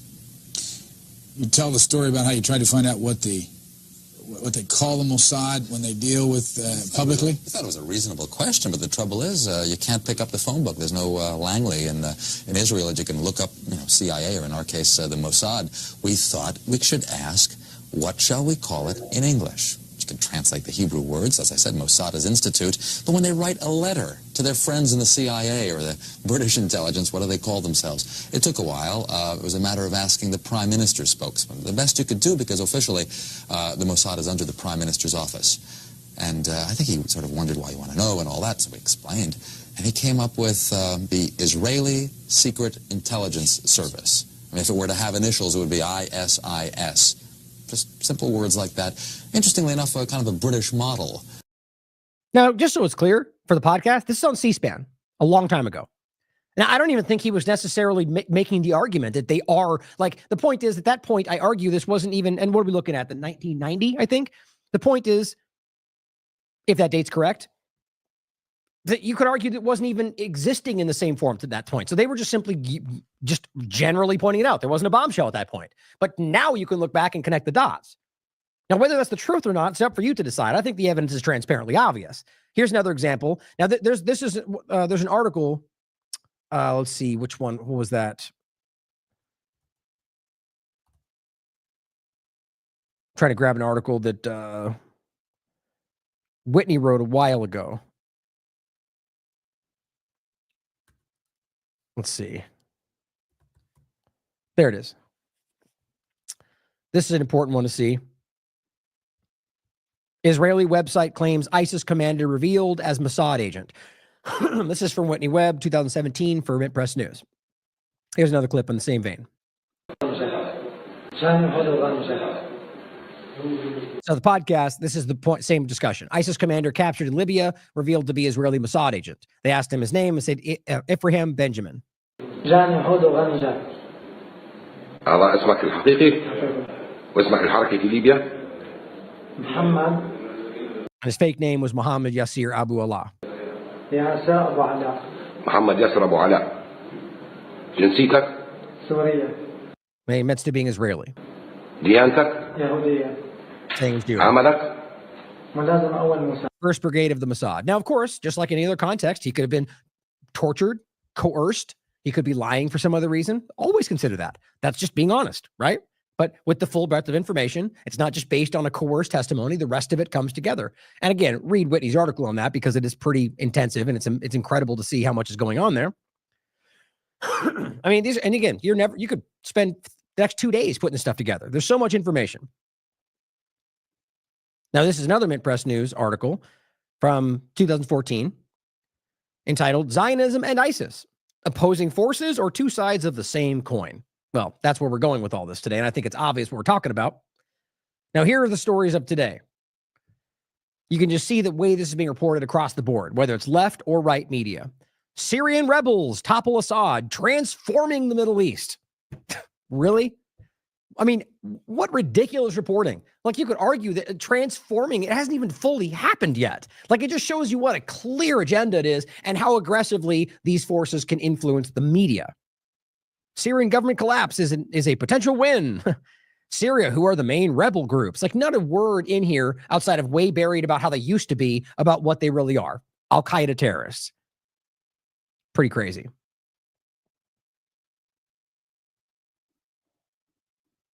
Now, this last one Casey Wright shares, it says, who wants to bet that Israel will bomb Syria far less now that ISIS is in charge? It's exactly the point. Now, we'll have to wait and see what happens, but I think it's interesting to see if we do see that rapid change. You'll say, well, interesting that they stopped bombing once the terrorist groups were actually in charge, which is what we're all trying to point out. Now, this, which is in subtitles, simply says, a message of thanks and gratitude to the hidden soldiers of our revolution. And it says, on top of the list are the parents of the martyrs and the men of the white helmets. Just showing you exactly the point, as Vanessa and the rest, that these are all elements that have been coordinated and created. Now, in regard to what's happening currently, this is as of today. This is from Jerusalem Post. It says, Halevi to Golani recruits. So Israeli forces. It says, we are engaged on 4 fronts. We deployed to Syria last night. So this is exactly what I was saying earlier. So this is posted today, and we know that something shifted yesterday. The point is that I think this is exactly the reality of it, that ultimately they decided and deployed because of they saw an opening. They saw the agreement, you know, sort of like Trump making an agreement with Soleimani under a guise of diplomacy when they just assassinated him at the airport. That's how they operate. So in this case, I'm theorizing that the idea is they could have made an agreement for them to pull back in the interest of not hurting civilians and maybe a peaceful transition of power with the interest of maybe taking it back later, and somebody took advantage of that. They deployed last night, and they are in Syria today, despite that barely being reported, if at all, by the corporate media. But here, in the Israeli media, as usual, they're telling you exactly what they don't want to say over here in the West. IDF is officially engaged in the 4th front of the war. They are in Syria now. And by the way, one of the worst in the whole conversation, the Golani Brigade. Halevi made these comments after deploying IDF troops to the buffer zone between Syria and Israel. So in occupied Syria is the point. And that's where we can already see. And by the way, the reality is they're well past just that. And we'll get to it in a second. But that's where Netanyahu is standing and telling you how he is responsible for all of this. David Miller's pointing it out. Netanyahu is telling you that this is a Zionist coup. And there are still people who will celebrate the, quote, liberation of Syria by NATO al-Qaeda shock troops. But this is the report from, it's translated, but it says, Netanyahu, from the location of the Syrian border, the system fell by our strikes. We'll show you his direct statements. Here is Asaf pointing out, well, the War Monitor saying demonic terrorists have raised their flag on the Syrian side of Mount Hermon. So that my point is, again, they're in Syria. So here are Syrian troops that are holding up their flag, just like they did in Gaza, right? And they said, no, they're going to let them go back home after that. Well, let's see how that works out, right? Obviously, the question is not just about, they're not going to give this back to Assad. That's not whether they can fight for it back, and that hopefully will happen. My point is, what about the Syrians, right? The Syrian individuals who moved, who fled, who went to the border, who are, what happened? All of a sudden, what happens if they start displacing Syrians? Like, I get the sense that's exactly what's going to happen.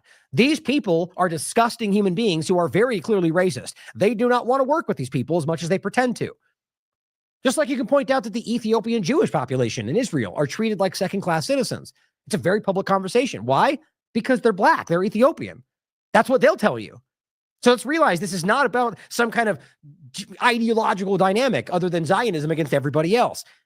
I get the sense they're going to actually displace, but whether they do or not, will they let people go back to their homes in the places they've already bombed? Probably not. We'll have to wait and see. So it's the same thing. And Asaf points out, when we learn to work together, he's speaking to just Syrians at large, I think, and not against each other, we will win. Or maybe just everybody. Until then, you'll see this flag on every inch of our lands and continue the 100 years of shame. I guess now we'll say free Palestine and free Syria. Absolutely.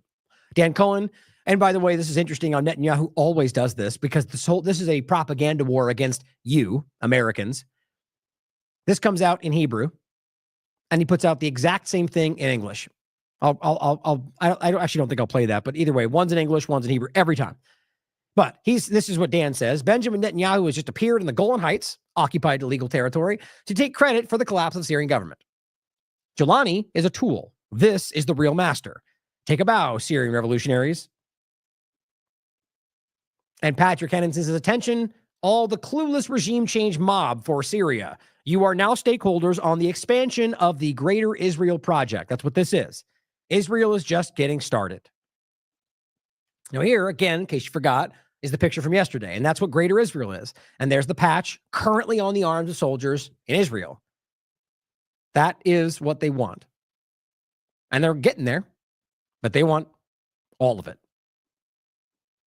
Craig Murray points out, so part of the deal with the Zionists putting al-Jilani in power is that Israel annexes yet more Syrian territory. Right? That's actually going back to that map. That was kind of the argument from that dot we showed yesterday, that ultimately you could argue that if they really only wanted 2/3 of it for their designs on Greater Israel, that they would create a different location where Jilani would rule in the northwestern or northeastern location, up here. And that would make sense. Or they would just take it all, which is what I see as more likely because of who they are. But either way, we'll see. And it says, which Israel, basically saying that the deal was to take more of the territory, but it says which Israel tanks are currently doing. So it's not just Golan Heights. Israeli tanks are deployed inside of Syria. And it says, and that's not just because he said it. I'll show you next. But he says nobody is resisting. And that's documented by everybody. But Israel, nevertheless, is bombing and shelling people apparently for fun. Like, really let that sink in. George Galloway says they are bombing Syrian anti-aircraft devices. Syria is now lying defenseless on the floor. Anyone can take a piece of her. Right? So the point is that they're just, at this point now, this should be stop. We've taken the territory. They have backed away. What are you fighting with? Again, even corporate media is responding to this. So what George is saying, they're essentially still trying to take out what Syria as an entity can do, even though they control it. How is that supposed to make sense? How are you supposed to pretend that the Syria revolution took place and now they're in control, but they're bombing their own things? To my point, like, this is just so lazy. And I don't know why the partisan people that are supporting it are because they don't care about the truth, along with other interests. But there are some people out there that are, I would argue, being manipulated. And they just don't want to admit how clear this is. And I don't know why. The Times of Israel reports today, Israeli strikes in Damascus today have been very intensive. So let's just move past all the BS. They're currently bombing in Damascus in a location that they control. You want to explain that for me? Breaking, Sarah Abdallah reports today, this morning, bombing Damascus. Very populated civilian area. Israel's dropping bombs on Syria's capital when continuing to strike villages in South Lebanon, as I was saying earlier, despite the so-called ceasefire, the relentless pounding of Gaza as well. This is what Western media calls liberation. So it's just sad.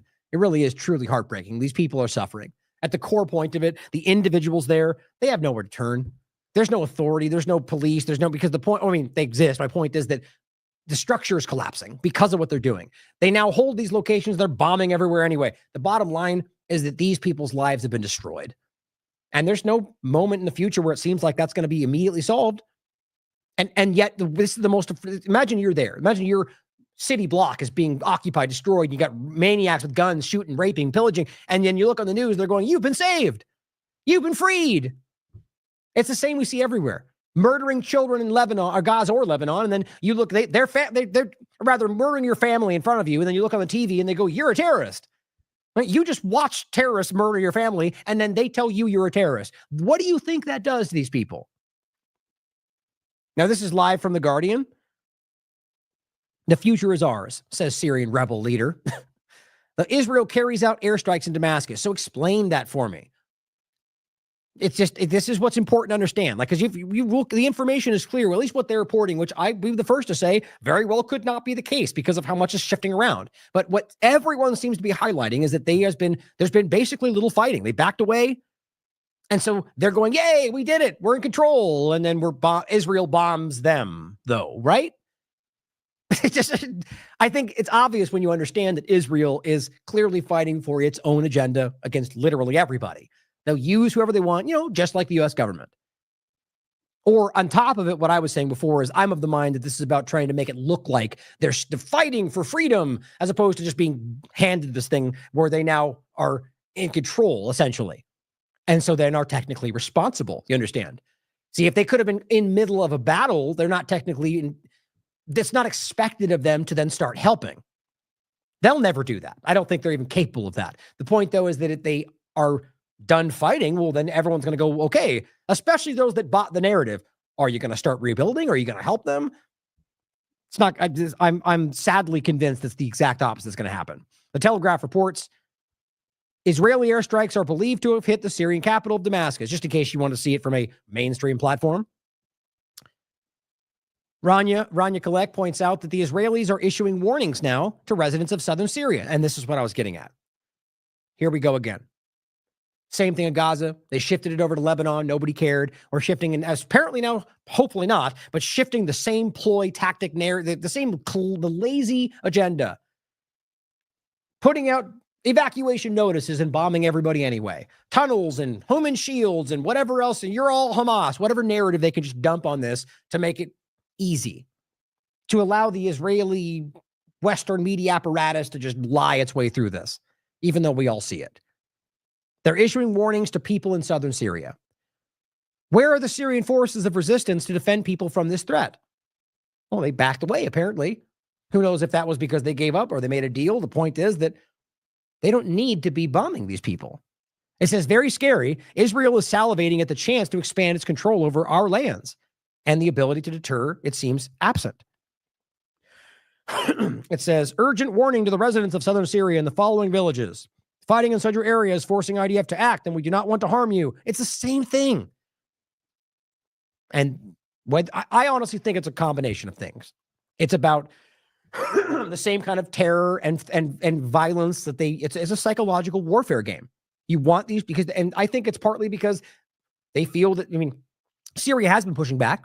And just like every other position, they take it out on the people of Syria, that Israel thinks it's paying back the Syrians that helped them fight against, helped Israel and Iran or whatever else, or rather Lebanon and Iran. So ultimately right there, you could argue it's just about hurting these people because that's what they've done everywhere else. It shouldn't be shocking to point that out. Excuse me. But on top of that, it could also be of just taking territory, which I know is part of this. So it's the same game. You float these things out, you drive them out of the way, bomb whoever you want anyway, and slowly keep taking territory into the guise of fighting back the bad guys. But guess what? They already moved away. So you can see how the narrative is that we've moved in to fight for freedom and we're fighting our way through suddenly became they all backed away. You see how that works? And I get, the more I read through this, the more that makes sense to me. That ultimately it was a strategic defeat. Right, where they ultimately allowed themselves to be defeated in this moment. But look at what they've done to this agenda. Now Israel's effectively bombing a place it controls and acting like it's in a fight, which it's not, which you can prove. Just to justify, as narrative-wise, that they're taking more territory. At least that's what it appears to me right now. DD Geopolitics says, I hope it's becoming clear that this was the plan all along. Cleanse Gaza, cut Hezbollah off at the knees, overthrow Assad, invade the Golan, and create a buffer zone. Which that could be their first step right there. Turks and Israelis at it again. Neo-Ottomanism and the Greater Israel Project are figuring out a way to coexist. Or rather, ultimately part of the same agenda. So you can see, as this is beginning, I just hope, it's just sad to see the same thing tripling over now. Dan Cohen writes, here are the real leaders of the CIA-run revolution, overlooking the newly expanded frontiers of Greater Israel. This is what it looks like to, quote, liberate. So, this is again, I don't know why I'm having trouble reading these things today. If this is what you think liberation looks like, you've been duped. And it's Israeli government sitting there looking over land they've illegally taken. Now, Arnab Trand writes, rejoicing that al-Qaeda is, quote, at last replaced with the literal offspring of al-Qaeda. If that doesn't make you cynical, I'm not sure what will. The Syrian people will probably need a lot more courage and patience still. Here is Emmanuel Macron. The barbaric state has fallen at last. I pay tribute to the Syrian people that you're currently destroying, to their courage and their patience. In this moment of uncertainty, I send all the wishes, rebuild. The point is you're literally supporting a group that you have waged war on this entire time. Like the entire reason for all of this is to stop that group. And now that group takes power and you go, yay, at last. What it shows you is that was always the objective at all costs. Fund every radical thing in the world as long as we can get Assad out of the way. And now they're showing you that. It's as simple as that. Here is a supposed foreign intelligence entity. And this is literally the clumsiest way they can do this. And it's because it's being rapidly done. They're simply going, yeah, they were the worst in the world, but they've changed now. And now we think they're good. That's essentially the narrative. chief of MI6 10, 12 years ago, we looked at all these Syrian opposition groups and classified them into those that we could support and those who were beyond the pale. All of them were bad people. I mean, you could maybe carve out some elements of like the Kurdish dynamic weren't necessarily as bad as some. The point is, though, these elements are shown to be the very things that we're talking about in other contexts. The moderate rebel umbrella. These people were, I mean, the word terrorist gets thrown around so flimsily. The point is they were radicals. They were willing to go after minorities, to kill, to murder, to be paid as mercenaries. And so they just basically tried to make a hierarchy of which ones were, hey, look at that, the lesser of evils in the context of a foreign policy dynamic. It's what they do. And too close to al-Qaeda. And Tahrir al-Sham was definitely in the latter category. Meaning very, very bad. But I think Abu Muhammad al-Jawlani, the leader, has made great efforts over the last 10 years to distance himself from those terrorist groups. So let me ask you this. If the leader of the KKK decided to distance himself from the group and over the next 10 years was trying to make himself better, would you guys suddenly think he was a good guy? The reason I use that is because these very people are the ones that screech and clutch their pearls at any subtle reference to something in that direction. The point is, it's absurd to act like these people would do that in any context, but let alone the idea that you're talking about a group that you guys have told us were the pictures they would paint. Many of cases that you can easily prove, like beheading children, raping, torturing, human shields. So all those were crimes that you guys told us he committed. But he's changed his ways. So we're going to ignore all those crimes. Can we do that? Can I break the law and then just tell you different flowery words and wait a couple years and I'm free to go? It just really shows you that these people are not what they pretend to be and that they know who they're actually dealing with. And certainly the actions we've seen of Tahrir al-Sham over the last 2 weeks has been those of a liberation movement, not of a terrorist organization. Oh, you mean the narrative. So we write down some nice words, and that's the point is they have been killing people. Look at what we can prove, right? These are, I mean, they're burning. We'll get to that next. They're burning churches. They're attacking Christian groups. I mean, I'm willing to bet you this guy knows that. These people are not on your side. Either way, whether he knows it or not, the narrative. The last 2 weeks. So let's just ignore an entire lifetime of terrorist activity. It's just so dumb. And so I think the Home Secretary will be asking the MI5 and the Joint Terrorism Assessment Center for a review of the situation about Tahrir al-Sham. Oh, good. Let's review. Let's do it like this is some kind of a job interview. Like, it's time for your review. Are you still a terrorist organization? No, you're on our side now. Good times. Whether it should remain on the prescribed entity list. It would be rather ridiculous, actually, if we're unable to engage with the new leadership in Syria because of a prescription dating back 12 years. Oh, yeah, it's ridiculous. Even though it's not ridiculous in like every other context you guys talk about things. Every other thing you talk about, it's like, how dare you? You're not allowed to talk to leaders we don't like. You're not allowed to do this. But it'd be ridiculous for us not to do it over here where it suits our interest. That would be ridiculous. And these are just these paper. I mean, I wish I could be in that conversation with these people, like, because you just think these narratives, the only reason these things ever look normal is because there's no pushback. Nobody has the courage in these corporate media dynamics to go, that's dumb. I mean, okay, here's 47 examples where you said the opposite yesterday. Now, that's obviously hyperbolic, but the point is that you can show that over the years, whether it's Trump and foreign leaders, anything else. Obviously, the point is that you guys have set the level where they're just you can't engage with terrorists. We said that 500 times about Hamas before they eventually got forced to. But this one would be ridiculous. It's ridiculous that you guys even have a job. The former head of MI6 says that they were too close to al-Qaeda, but 12 years ago they've reevaluated themselves.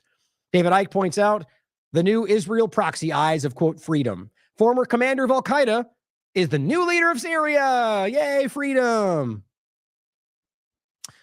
Here is the interesting change, which will lead us into the partisan hypocrisy of it all.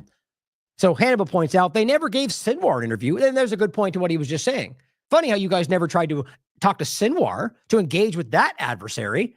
Isn't that what you just said? It would be ridiculous for him. Well, of course, because that's not one that you're allowed to pretend to meet with. But it says they gave this head-chopping Zionist dog an interview immediately. And this was the change. This is the rapid change. How Syria's rebel leader went from radical jihadist to blaze-wearing revolutionary. Now, here's another point to make. Let's say he did change. Let's say he woke up and said, you know what? I'm tired of beheading children. I'm going to be a better man. Okay. Can you not question whether he's lying to you? I don't know. That's kind of crazy to assume that a jihadist terrorist organization might, not tell the truth. That's too much. You're a racist. That's crazy. Guys, obviously, they're not asking the question of whether they just changed the way they look in order to gain power. See, obviously that should be a question. One of the reasons why we shouldn't just go, a couple days later, they're not a terrorist organization anymore. It's not about whether they deem them terrorists. They use that word to cover everything they don't like. It's about whether they have documented crimes, and they do. That should matter. In what world do we pretend that you can literally behead a child on live TV and show the videos and images of it, and that's not something you later get arrested for because you just change what you say about yourself? And this is just something someone shared on VK. I thought was funny. Same SHIT, different ASA a-hole. I mean, guys, look at that. I mean, that almost looks like the same shirt.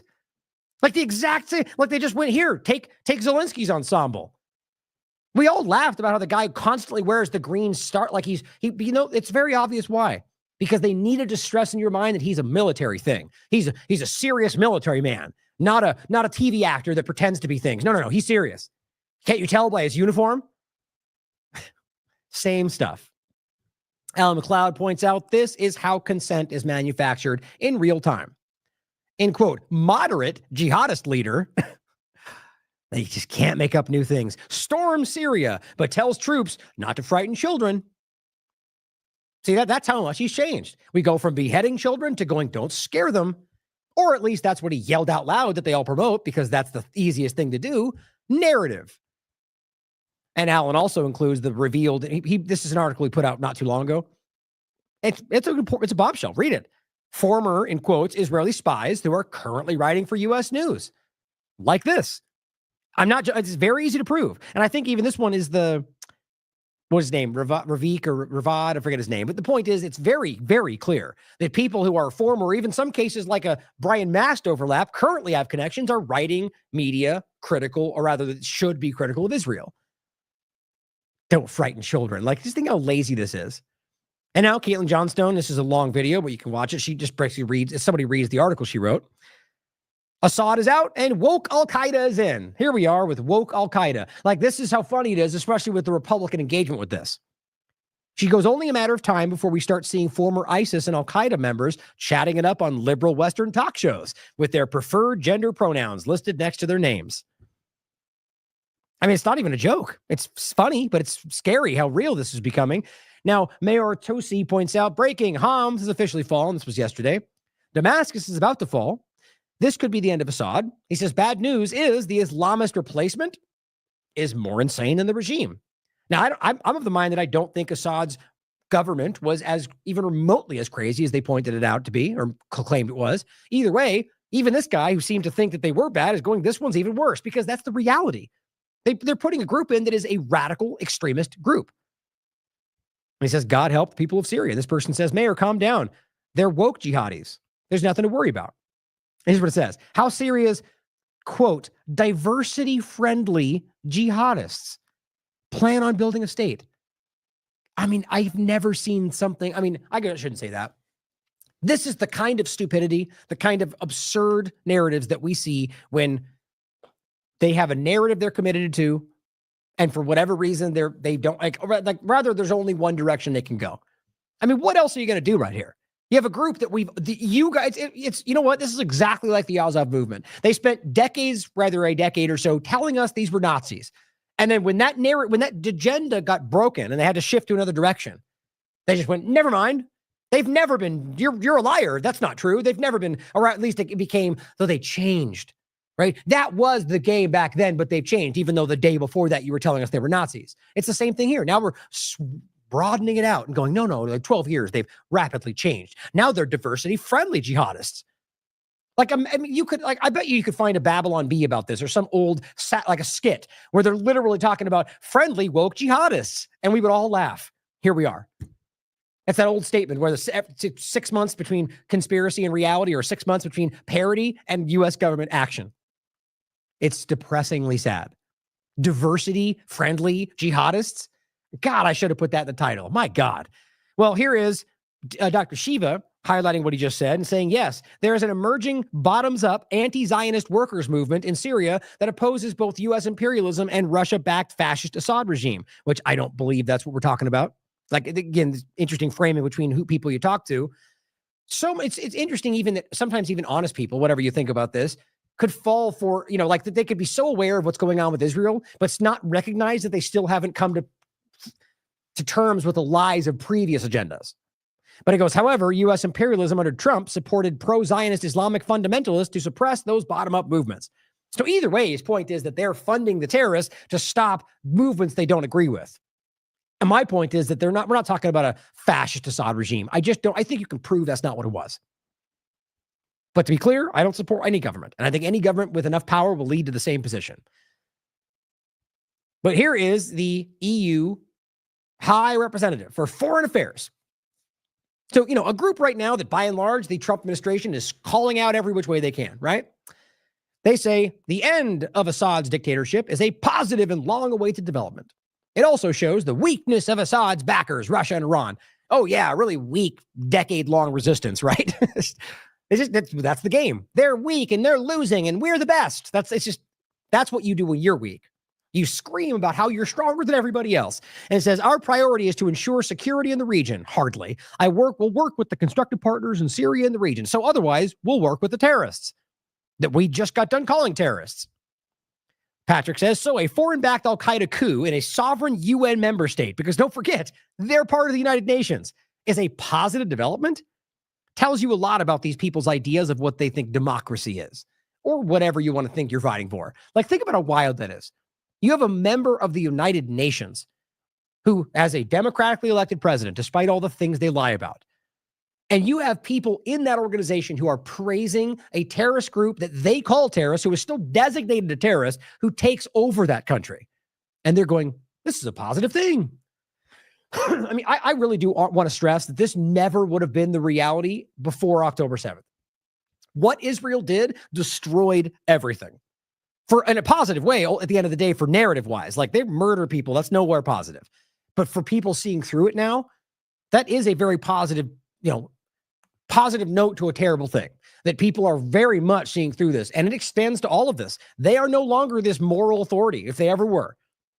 These people are literally backing the worst, a group that they were telling you were terrorists and acting like it's another day. They've lost, guys. They've lost control, and we need to take advantage of it. My point in all of this is that now you've got members in the EU that are on the same side as Trump's administration. I just want to keep pointing that out. It's not an attack on one side or the other. They're all the government in my mind. Left, right, it's the same thing.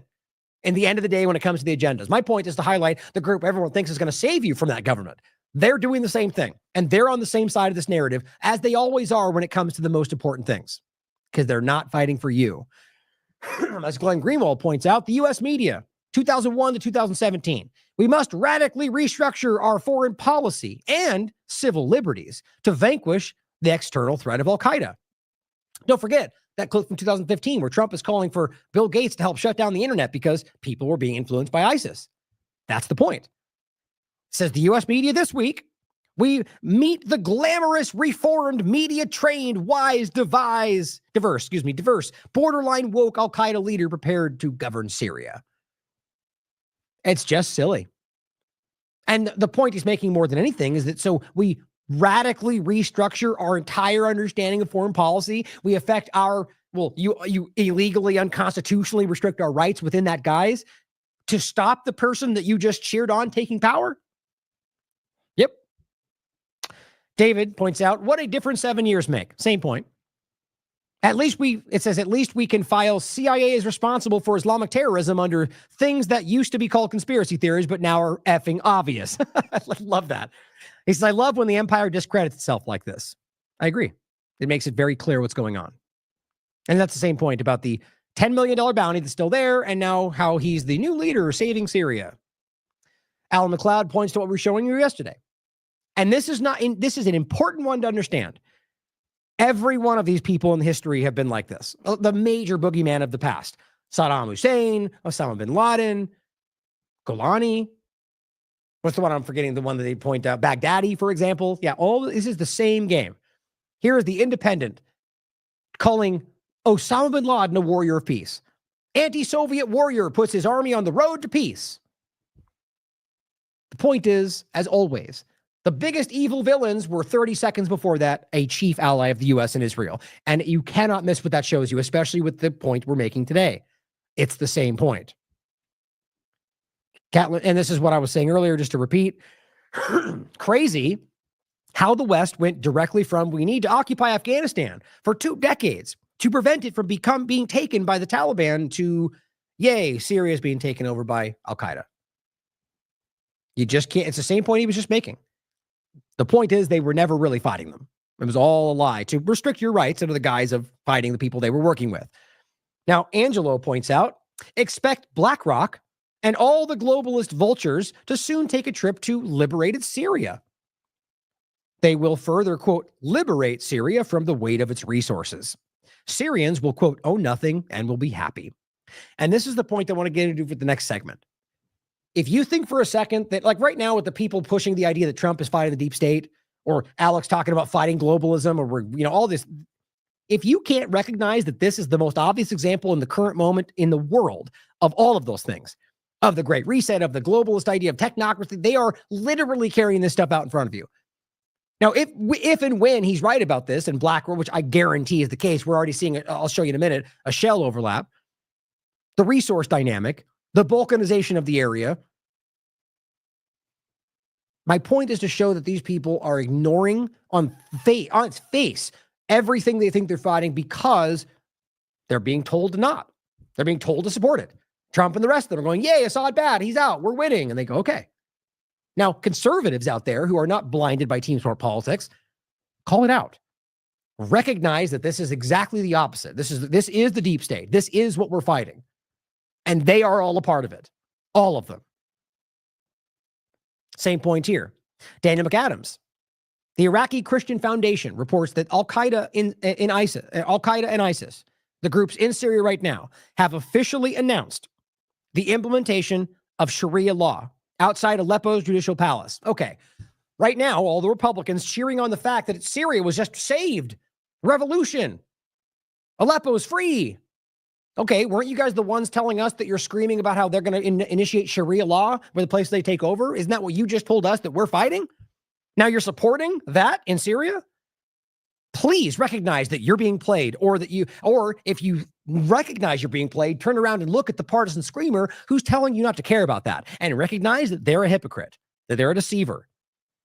Now, whatever you think about Sharia law or what the implementation is, my point is only to highlight the fact that that's hypocrisy, that they're right now, by and large, leaning into this neocon agenda that implements exactly what in every other context they claim we're fighting against, that we need to work with Israel to fight, but you're supporting, that Israel's supporting right now. As Daniel McAdams says, Sharia law in Syria, which, by the way, was not the case before Israel and the United States destroyed it. It had the 3rd largest Christian population of all of the Middle East, in fact. Very easy to prove. And yet, the people you pretend are fighting to save your religion are destroying all of it. Now, here is what Trump said. Trump responds after rebels overtake Syria, ousting longtime dictator Assad is gone. He has fled his country, which, by the way, again, the arguments they write about this, I already read that, the statement, that's right. The point was he makes it sound like he fled and that Russia didn't care. No, he's in Moscow. So that makes Trump look stupid that he's saying that before he knew what was going on, which is usually how that works. But it's all about agenda. You're trying to make him look bad. Now, why? For the interest of Israel. Here's what Daniel McAdams said. This is the one I read to you earlier. Opposition fighters in Syria and an unprecedented move have totally taken. And the lie about how many soldiers are being killed in Russia, or the idea that, we already went over it. Now, Jack Posobiec says, Trump, U.S. should not get involved. I mean, again, this is one of the most embarrassing things I think he's ever said. And again, it's all about supporting an agenda for another country, not American interests. He says, notes that Assad's government is rapidly collapsing. Daniel McAdams says, fascinating that Trump calls them opposition fighters, when in fact they are on the current U.S. terrorist list. And more than anybody, we're supposed to believe that Trump and Israel are fighting those things, right? except in this case where it suits their interests, like everywhere else. It says they are the Al-Qaeda in Syria. Someone has Trump's ear and is pumping him full of lies. Now, I don't know why he keeps giving him the out. I think it's quite obvious that Trump is not on your side. It's been for far too long where we keep playing the game where he's being played and he's being tricked and he's listening to the wrong people. If you think that's the case, anyone in the world, maybe we should not let him be in power. Just like last time, where he's, well, I got tricked. Either way, it's too late now. My point, though, is that he, I think, is well aware of what he's doing. Daniel also points out that Bricks News says, just in, President-elect Trump demands the United States to stay out of Syria, not get involved. He said, this is not our fight, while currently occupying Syria. And while he's the one saying, let's take their oil, and let's make sure we continue to take the oil. And he goes, okay, does that mean that an end to CIA support of Hayat Tahrir al-Sham, which Trump incorrectly refers to as rebel fighters, when in fact they are, according to U.S. designation, a terrorist group? Same point. Now, I think I had that clip from before. Let me see if I can find it real quick. That doesn't look like it. Nope, there it is. Then they say he left troops in Syria. You know what I did? I left troops to take the oil. I took the oil. The only troops I have are taking the oil. They're protecting the oil. I took over. We're taking the oil. We're not taking the oil. Well, maybe we will. Maybe we won't. They're protecting the facility. I don't know. Maybe we should take. I love that so much, where she is like literally going, man, you're saying the wrong thing. Putting words in his mouth that he's like, no, not that. We're taking it. No. You mean you didn't take it? It's just so, it is so effing obvious how it's the whole apparatus is coming down, guys. I mean, they're literally falling apart in front of us and people are trying to pretend like it's not happening. So he's telling you, we're there to steal the oil. And we're going to pretend like he's now going to go, we don't want, this is not our fight. We've got nothing to do with this. Like, this is how dumb they think you are. Wherever side you think you're on, they're playing you as a fool. And Dr. Shiva, same point. That same clip, or I mean, same post, but one's on True Social, one's on Twitter, same exact statement. And Dr. Shiva says, whoa, Trump is a gaslighting POS. Trump is the one in 2017 who illegally bombed Syria against international law and then did a fake withdrawal, arming Islamic radicals in Syria through proxies, Turkey, Qatar, Saudi Arabia, leading to the current bedlam. Exactly. And a fake withdrawal. We did, more than once he did that. Where he was like, we're going to get out, promise. And everyone's like, see, he's going to do it. And we said, probably not. They go, you hate Trump. And then 30 seconds later, he's like, no, Assad, chemical weapons, we have to stay. Exactly what we said would happen. And by the way, they lied about that too. Or Trump got played, whatever makes you sleep at night. Bottom line is, they all lied to us. And he's doing it again. Ben Norton says, this is a very stupid statement in regard to what Trump said, and makes the same point I'm making. The U.S. is already extremely involved in Syria. One, U.S. troops are illegally militarily occupying the oil-rich Eastern Territory. Donald Trump himself boasted that. I just showed you. And he says, and left them to steal it, thereby denying the Syrian government the revenue it desperately needed to rebuild after decades of U.S. field war. That was the point. And they basically admitted that. And they, in other contexts, even refused to allow other people to help them rebuild because we can't let Assad rebuild. It's always been about their own power. Transparently so. Number two, he says, the U.S. and EU have been crushing Syria for 10 years, for years with illegal sanctions. The UN's top expert on unilateral coercive measures, Special Rapporteur Alina Douan, wrote that these sanctions are outrageous, are suffocating millions of Syrian civilians, and many amount to crimes against humanity. That's what they all are. These are financial terrorist acts. They're doing this to hurt the civilians. If you go back far enough to like the Kissinger, they write this stuff down. This is used to hurt those people so they revolt against their government. Like, I mean, that's that same clip we play of Giuliani, right? Where he admits that what makes a good revolution is when people starve. What is it? Oh, it's Rudy, I think. There it is. This is who they are. So now tell me that you're not a serious threat. If the regime we're trying to overthrow sees us as a threat. He's speaking to the MEK, a radical terrorist organization that was registered as one not too long ago, taken off by Clinton, I believe, and ultimately is the one they want to replace in Iran. And this is a terrorist organization. This is a terrifying group. He's only there because he's being paid, and they support it ultimately. But this is what he tells you is what demonstrates a good regime change. You are a threat. It is a reality. The protests are getting worse. I don't know when we're going to overthrow them. It could be in a few days, months, a couple of years, but it's going to happen. They are going to be overthrown. The people of Iran obviously have now had enough. The sanctions are working. The currency is going to nothing. Okay, so very clearly you can see that the sanctions are working. Currency going to nothing means that's part of it, right? So we are doing that, even though they always look back and go, look what their currency's like. They can't even run their country. They just play on the ignorance of the average person. They're where Russia was. They're where Poland was. We see signs of young men and women saying, give me some food. We saw a sign of a man trying to sell his internal organs for $500 American dollars. Probably a fortune in Iran today.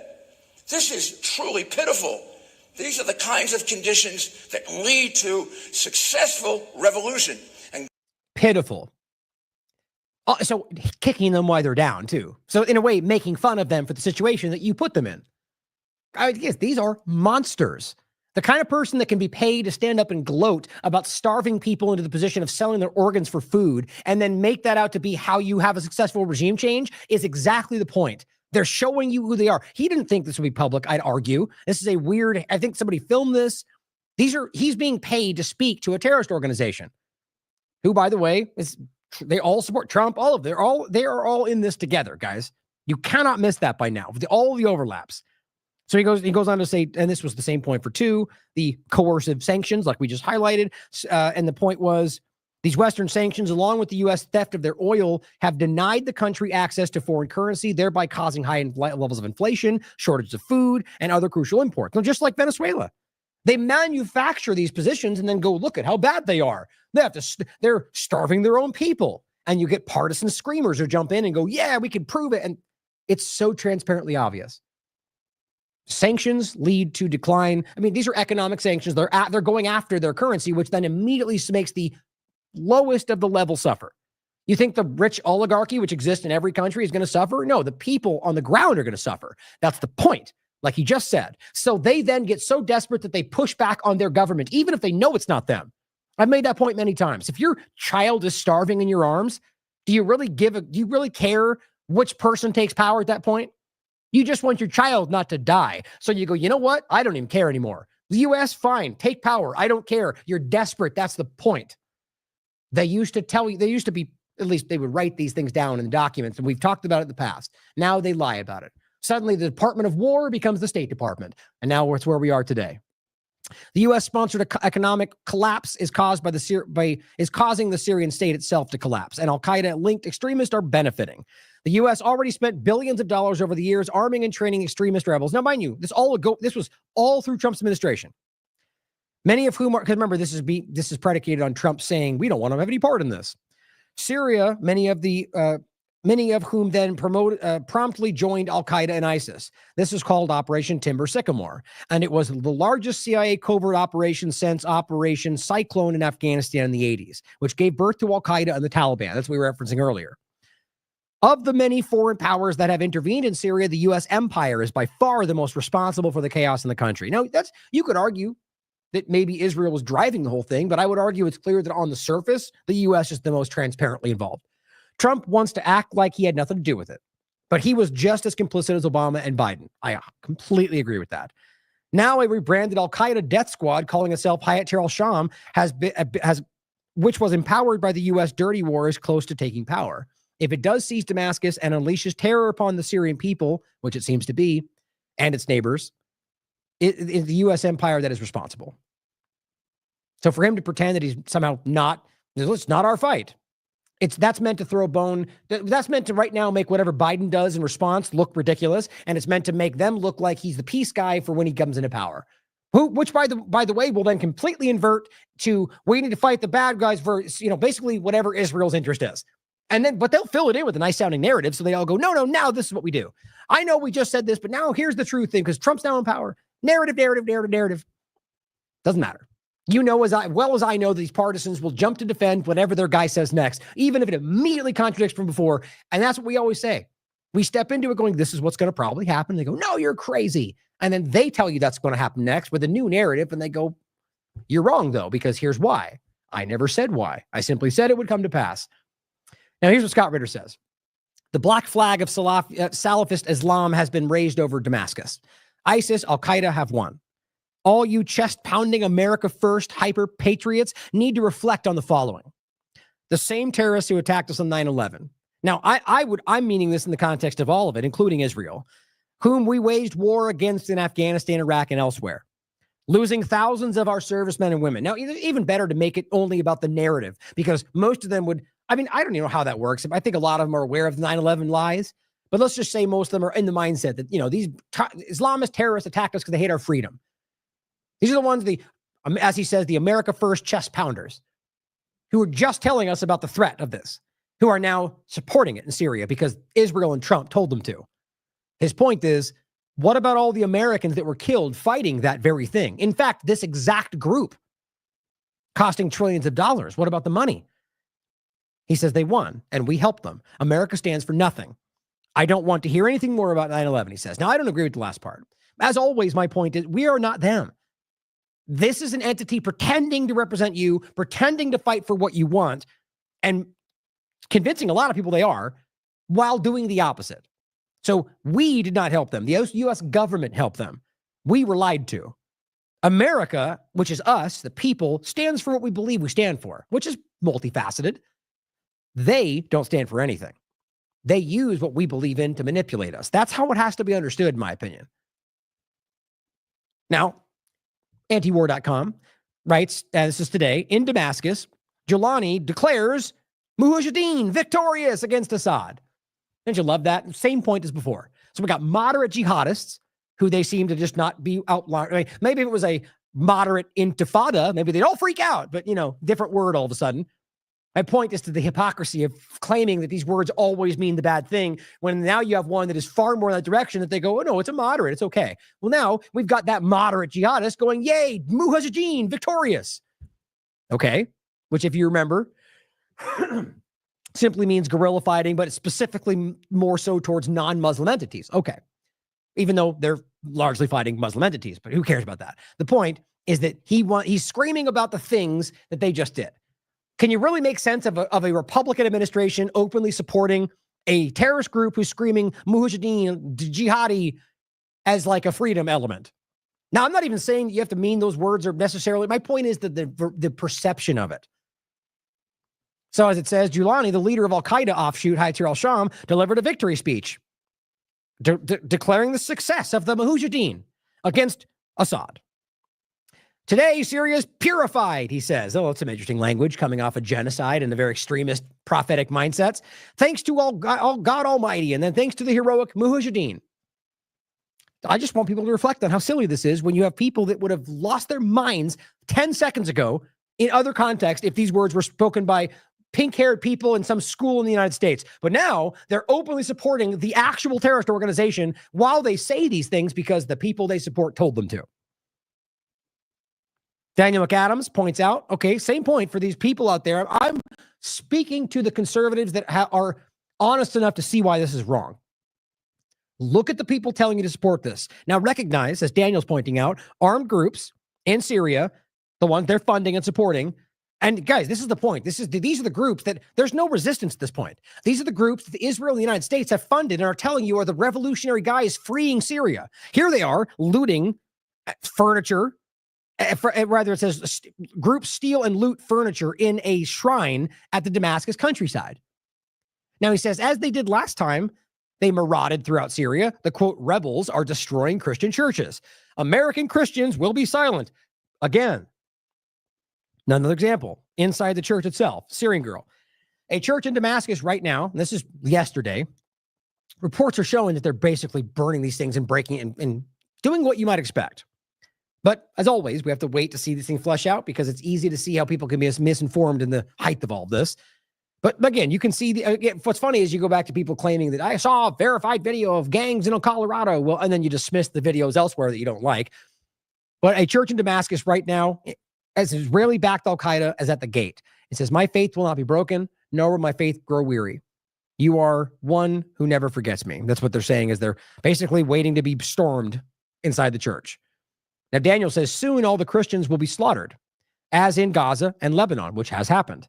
And American Christians will cheer it on like barking seals. I hope not. But the reality is that this is something that should be outrageous to you right now. And it seems that most of the people who would normally point this out have been tricked into supporting it. Candace Owens, glad she's calling it out. They are erasing Christian history all across the Middle East, which if you point this out, you look at what even the war on terror, who clearly leading Israel's agenda, have predominantly focused on Christian locations and Christian populations. It's not hard to see. Like we said in Syria, targeting the places that have, again, third largest Christian population of all the Middle East. And that's why, by the way, that while they were doing this, the U.S. media was lying about that.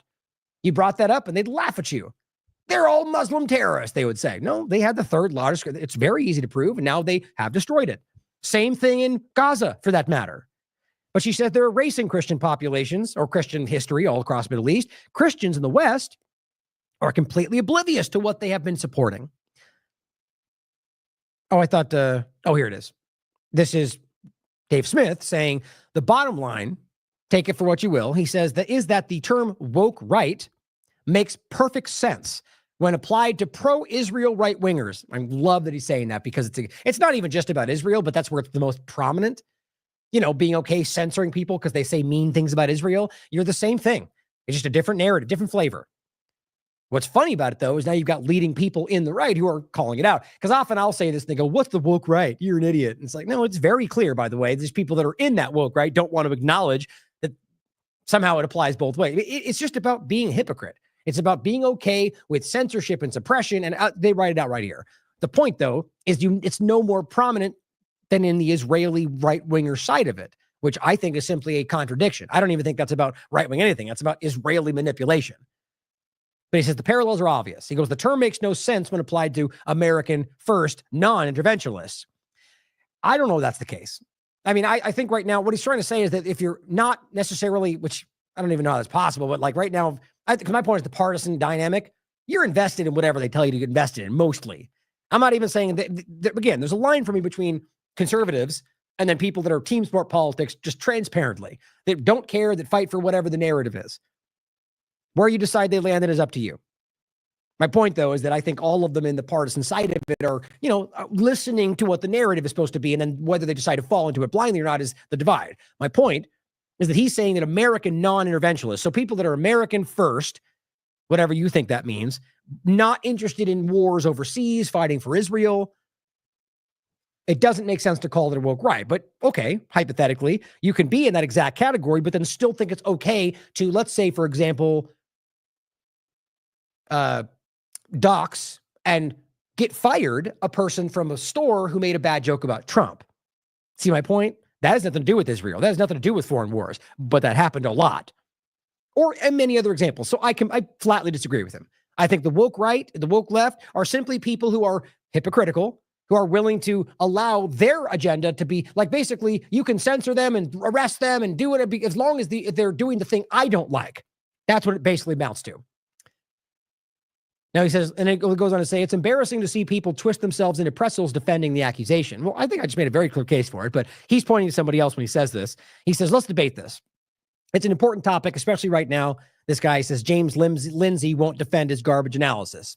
Right? So I don't know if whatever James Lindsay is saying, I think that's pretty clear from what I said, but Candace says, everyone knows the woke right are the people that built their careers off, quote, free speech and the, quote, marketplace of ideas, but resort to ad hominem attacks and calls for censorship. Now, right there, you could say, period, that applies. It does. But then she carries on the topic of Israel.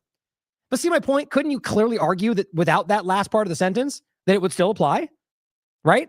That they built their careers on lying about, claiming fighting for free speech, but then resort to ad hominems and calls for censorship in any context. I don't know why they're so, I can argue why I think that's the case. I think you would get where I would go with that, why they're so clearly helpless. And he says, exactly. I just think it's important to think about.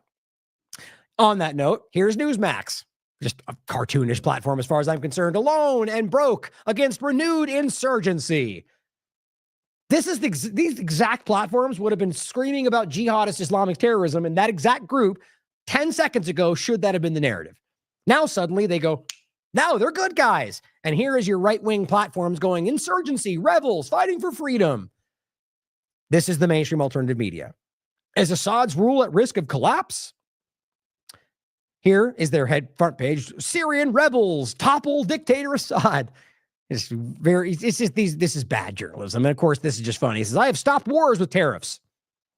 No, you haven't. No, you really have not. And this is what's funny is I'm not going to get into this now, but it's just these people. This is my point about platforms like this. Their objective is to fight for Trump's narratives.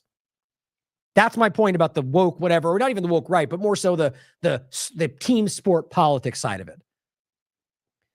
But here's Reuters. Syrian rebels topple Assad, transforming Middle East. I showed you that earlier, right? Well, here's what's funny. Take note of how Reuters, otherwise the mainstream media, seems to be telling you the same thing that Newsmax is and what Trump and them are telling you. So notice when they all align and what that shows you. Here is a point of 5 pillars sharing this, and this is as of today. It's saying rebel leader Jelani, right? So the leader of Hayat al-Sham al-Qaeda terrorist organization enters a mosque in Damascus, right? And realize, remember, this is where there's no people, they have no resistance. They have control. And they enter Damascus. He enters a mosque giving a victory speech. Okay. So you would argue this would be the liberated Syria, right? You should see women and children and people gallivanting around. Oh, no, that's what Syria looked like before, right? And it did. You could easily see that. Not Sharia law, so there's 2 points to make. That one, right now, the people in Syria are not feeling free.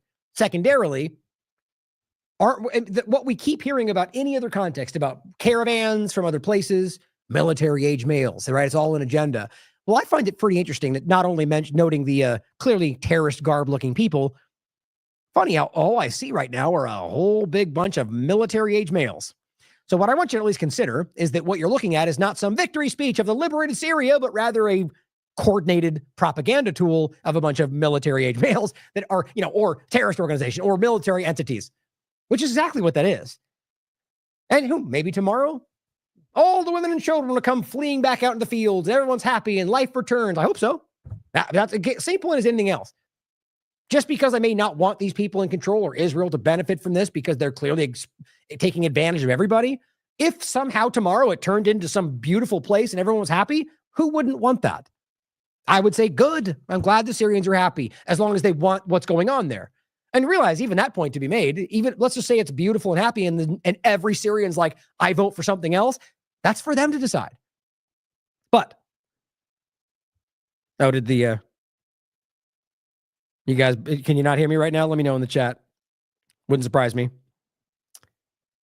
Okay, looks like the sound came back. But either way, I think it's very interesting that this would be exactly what you get called out by largely like Trump circle type people if this was in a different context. So one, again, the point is that this is not what you would see in a normal time of Syria before all of this, where there were, Christians and Muslims and people living, coexisting alongside each other. There was no restriction. People in some cases religiously did restrict themselves, wear certain things, but you didn't have to. Same thing in Iran, despite all the narratives. There's a very clear, different overlapping point. And yes, there are still restrictive parts that I would disagree with. But either way, the point is, in this case, it's simple to show you that this is a fabrication of what's really going on. And this is Newsmax as well from today. Syrian rebels topple President Assad. Prime Minister calls for free elections. So that's the guy I showed you, Julali, I think was his name, calling for free elections. I mean, come on, guys. Like, there's 2 points to make here. I mean, I just showed you again the point of Clinton and the 2006 leaked information, I think 2017, but about 2006 of Clinton saying that rigging the election in Palestine, right? The point is that they rig everything everywhere. It's transparent. These people are criminals. And why we would ever believe that Israel and the U.S. together would allow some kind of a free election to possibly have someone in power that didn't align with their interests, it's wildly naive to think that would be the case, certainly possible. But on top of that, why do we think that's even going to happen at all? They currently have power. The only thing they would probably do is present you with some kind of flimsy engagement to make it look like something was, at the end of the day, you're putting a terrorist organization in power right now. Why do we think they have any credibility to call for anything? DD Geopolitics makes the point pretty clear. So strange that there's not a single mention from this new Syrian transitional government about liberating the Golan Heights or expelling Americans from the Syria's oil-rich areas. Funny that, other than the fact that those are things that the U.S. and Israel are interested in. So what it shows you is the person that's currently in power doesn't care about giving things back to, because ultimately it's about them being in power. There is no Syrian revolution. This is not Syrian people that are fighting for what they want. This is the U.S. and Israel using terrorist organizations to topple yet another country. It's only going to get worse. Now, I want to point out a couple more things to wrap up here. One is that, so we're being told this is a transition, right? Where this is Syrian revolution. So now you got Syrians who, by the way, very easy to prove, by and large, are somewhat in line with Iranian, like that they're the Iranian country, Iranian people, like there's a big major overlap. So they're not hostile towards Iranians. What's funny to me is that they really want you to think that these are the Syrians taking back their country, right? One of the first things they do, they raid the Iranian embassy in Damascus, and once they take Damascus anyway, and destroy the entire thing. Probably Israel, which we know are there, looking for more information or something, but they just wreck the entire thing. So if this is a group that's supposed to be respecting change of power, international law, and all the games they play, well, that doesn't make sense. Other than Israel has a clear interest in destroying, or maybe just a petty interest in destroying Iranian embassies, which they've already bombed elsewhere, right? Funny, that overlap.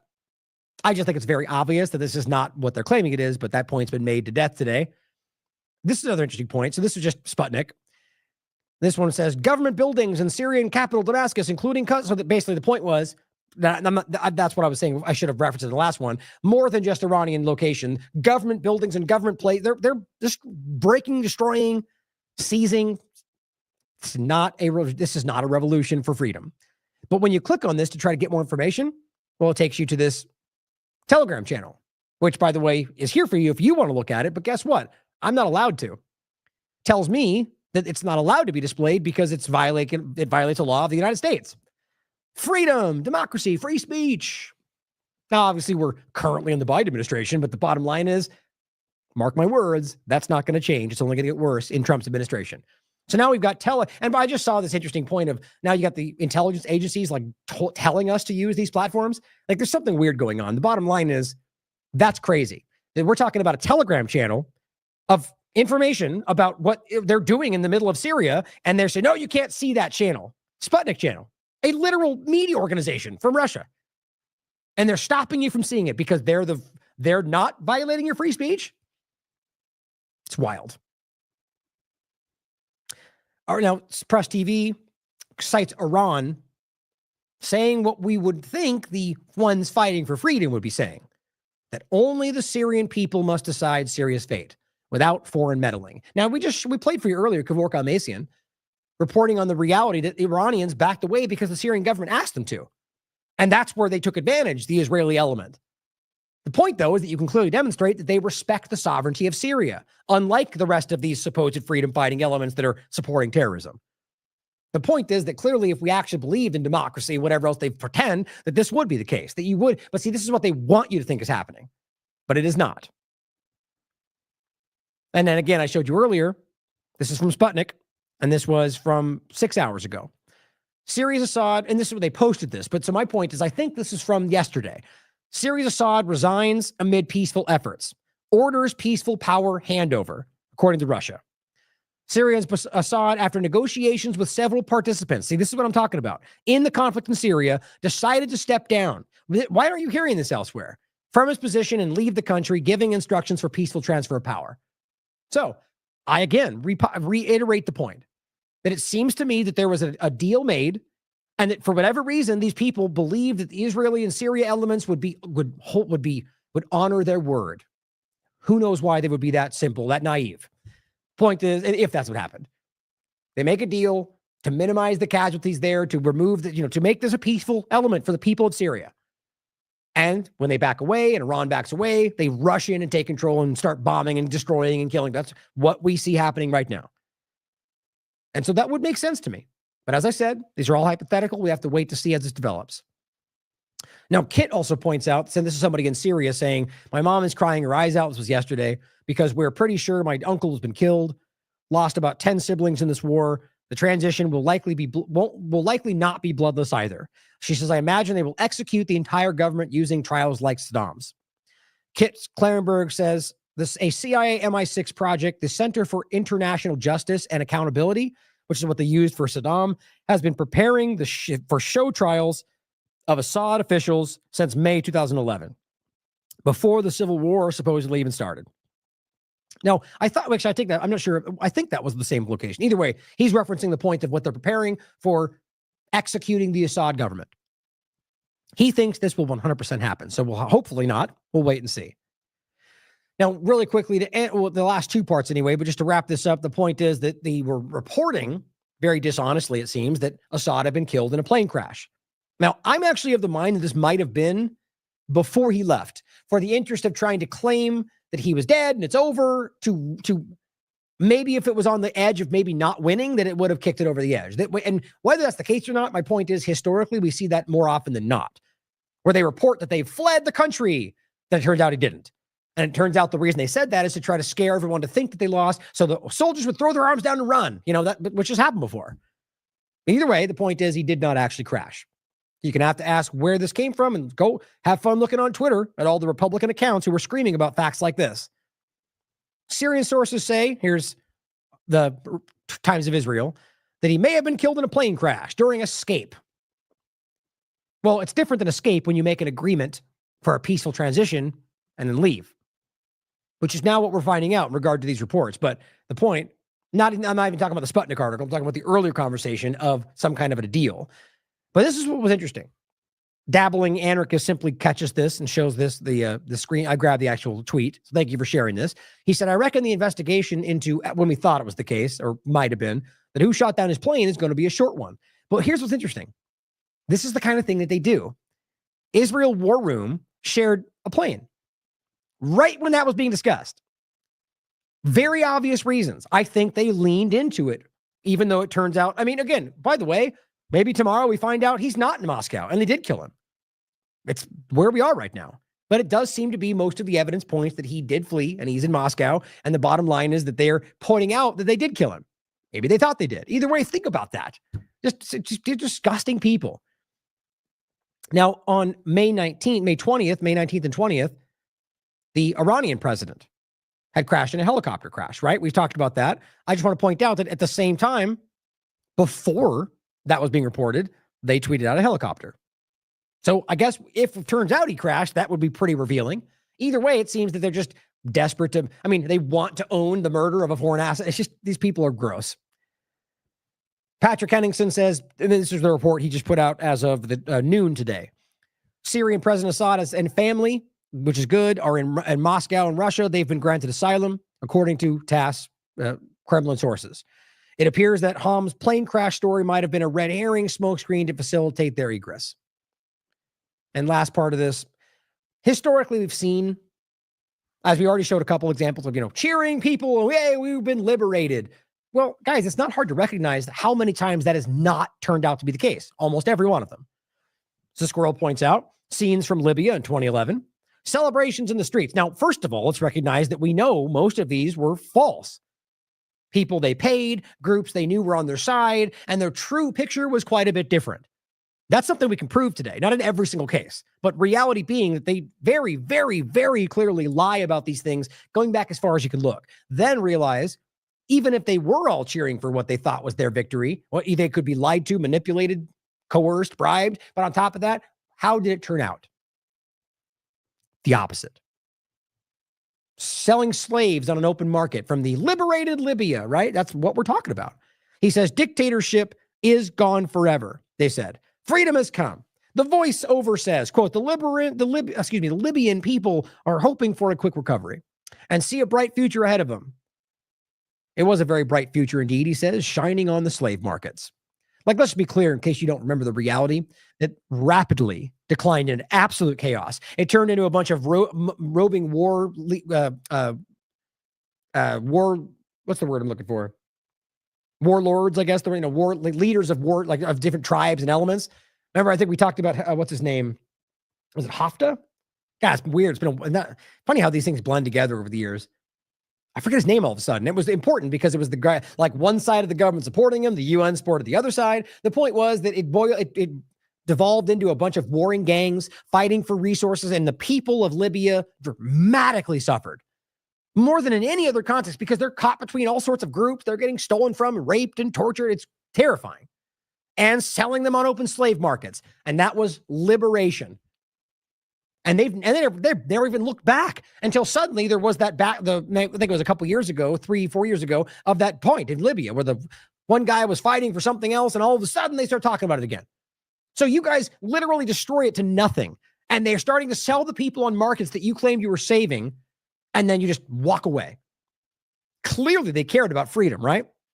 Same point here. They're all cheering for freedom, and it did not work out that way. Same point. A Libyan who bought into the U.S., NATO, Israeli, Saudi, UAE propaganda, or was being paid to say these things, took up arms against Gaddafi, thinking he was actually fighting for freedom, democracy, and true Islam. Reflects, and the point is, here he is reflecting on that, on what he did after the fall. He said, if Gaddafi were alive now, I would fight for him. So this is how honest people get played. Honest people. Or take money because they're starving, right? The bottom line is you look back on it, and in one case, he's just going like, I made a mistake. Obviously, as the country's been destroyed. William Van Wagenen points the same thing out, saying they're screaming, Assad is gone now. Syrians can live in peace, and Israel will leave us alone. Well, he goes, most Iraqis and Americans thought the same after U.S. troops invaded Baghdad. 2005, he said, I was in Baghdad, and the situation's become so bad with car bombings, kidnappings, torture, that's Israel's MO, that an Iraqi friend told me, quote, we just need some foreign power to come and save us. See my point? That's what they keep doing.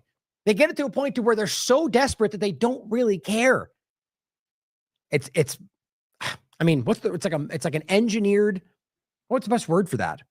Like they're selling out their own interests because they're desperate.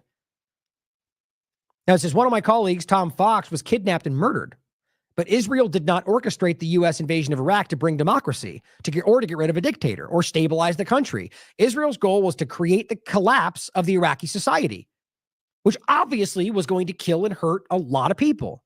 Neocons in the Bush administration immediately initiated policies to destroy the Iraqi army, spark a sectarian war, loot Iraqi oil, and divide the country into weak ethnic enclaves that could never threaten Israel, including the establishment of the Kurdish state.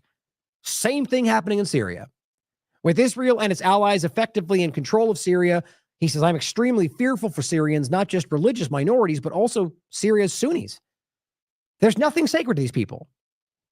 Multiple airstrikes reported on air bases in southern Syria. That's today. Not just Damascus. That's my point from before. They're bombing all over. They're just killing people to kill people, which, by the way, is exactly what they were doing in Gaza.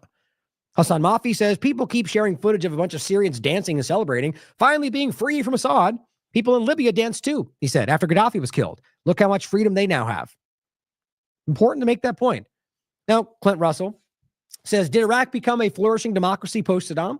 How about Afghanistan post-Taliban? How about Libya's post-Gaddafi, which, by the way, they're not post-Taliban. So that's interesting that he would say that. But he said, I'm sure Syria post-Assad will be the successful regime change operation. 20 straight years of this stuff, and people still don't get it. I agree. I'm glad he's saying that. But I do find it odd that he seems to have a blank spot for Israel. I don't know why. A lot of these people do out there, and the side that I think is supporting Trump. And I do think that's why. He says the U.S. Embassy had $10 million bounty for the new leader of Syria. He was a senior leader in al-Nusra Front. It's the same point we're making before. Of course, leaving off the part that this is all being driven and ordered by Israel. Speaking of what's interesting, on one side of it, you've got Clint Russell at least calling out the point that the administration he currently supports is lying about. On the other side of this, you got someone like Mehdi Hassan, who has been on the right side of the Palestinian issue for the most part, who now flips it around and says, bad guy Assad. And I just want you to recognize, in my opinion, it's people like this who are not in the interest of any truth, who use some cases of truth to gain interest. Now, I could be wrong about that. Maybe he just doesn't see the reality of what's going on in Syria. Maybe I'm wrong about Assad. There's all possibilities. But he says some people who supported Palestinian freedom for the last 14 months, or how about the most of us for our entire lives? How about that? Seems to be upset about Syria's getting freedom from a dictator. I guess it's just, my point is you can argue he's a bad leader, did X, Y, and Z, but to claim he's a dictator, I mean, by that definition, then so too is Biden or Trump, or obviously Netanyahu, but he would say the same. My point, though, is that you can't just keep throwing these things around like they're meaningless. By what metric? I mean, of course, he's going to point to a lot of the things that we will immediately prove are false. He will still point to the fake allegations of chemical weapon, whatever else. But he says, and a lot of the people who spent the last 14 months opposing Palestinian freedom are now cheering Syria's getting freedom. So much moral inconsistency. Opposing. He says, and a lot of people who spent the past 14 months opposing Palestinian freedom are now cheering Syria's getting freedom. So he's trying to argue that the point is he's claiming that the Syrians are being freed right now. I mean, this is a guy who is pointing out the terrorist over. So are you unaware this is Hayat Tahrir al-Sham? No, that's my point, guys. He knows that. So you can clearly draw a line where he's being a hypocrite, at least about that. I don't think he's honest. Just want to point that out. A lot of games being played. Now, Matt Kennard, to finish here, points out that map of Shell's assets in Syria. Now, this is just Shell, the gas company. My point is, I think this is a hell of a lot more than just gas and just Shell. But it's just one example. This is their assets they were forced to forfeit in 2011 because of EU sanctions. Libya's oil was divvied up to Western companies after NATO toppled Gaddafi. A replay is unfortunately likely. So just on the way out, putting the note out there. We have to be very aware of what moves start happening. So if and when they start dividing up parts of the country, start letting corporations go in and seize assets, which I promise you is going to happen. I mean, it'll just add to the reality that I think we should already be well aware of. But it's not at all, does it equal to the freedom of Syrians. And lastly, this is from last year, but it says 20 years ago, the U.S. warned of Iraq's alleged weapons of mass destruction.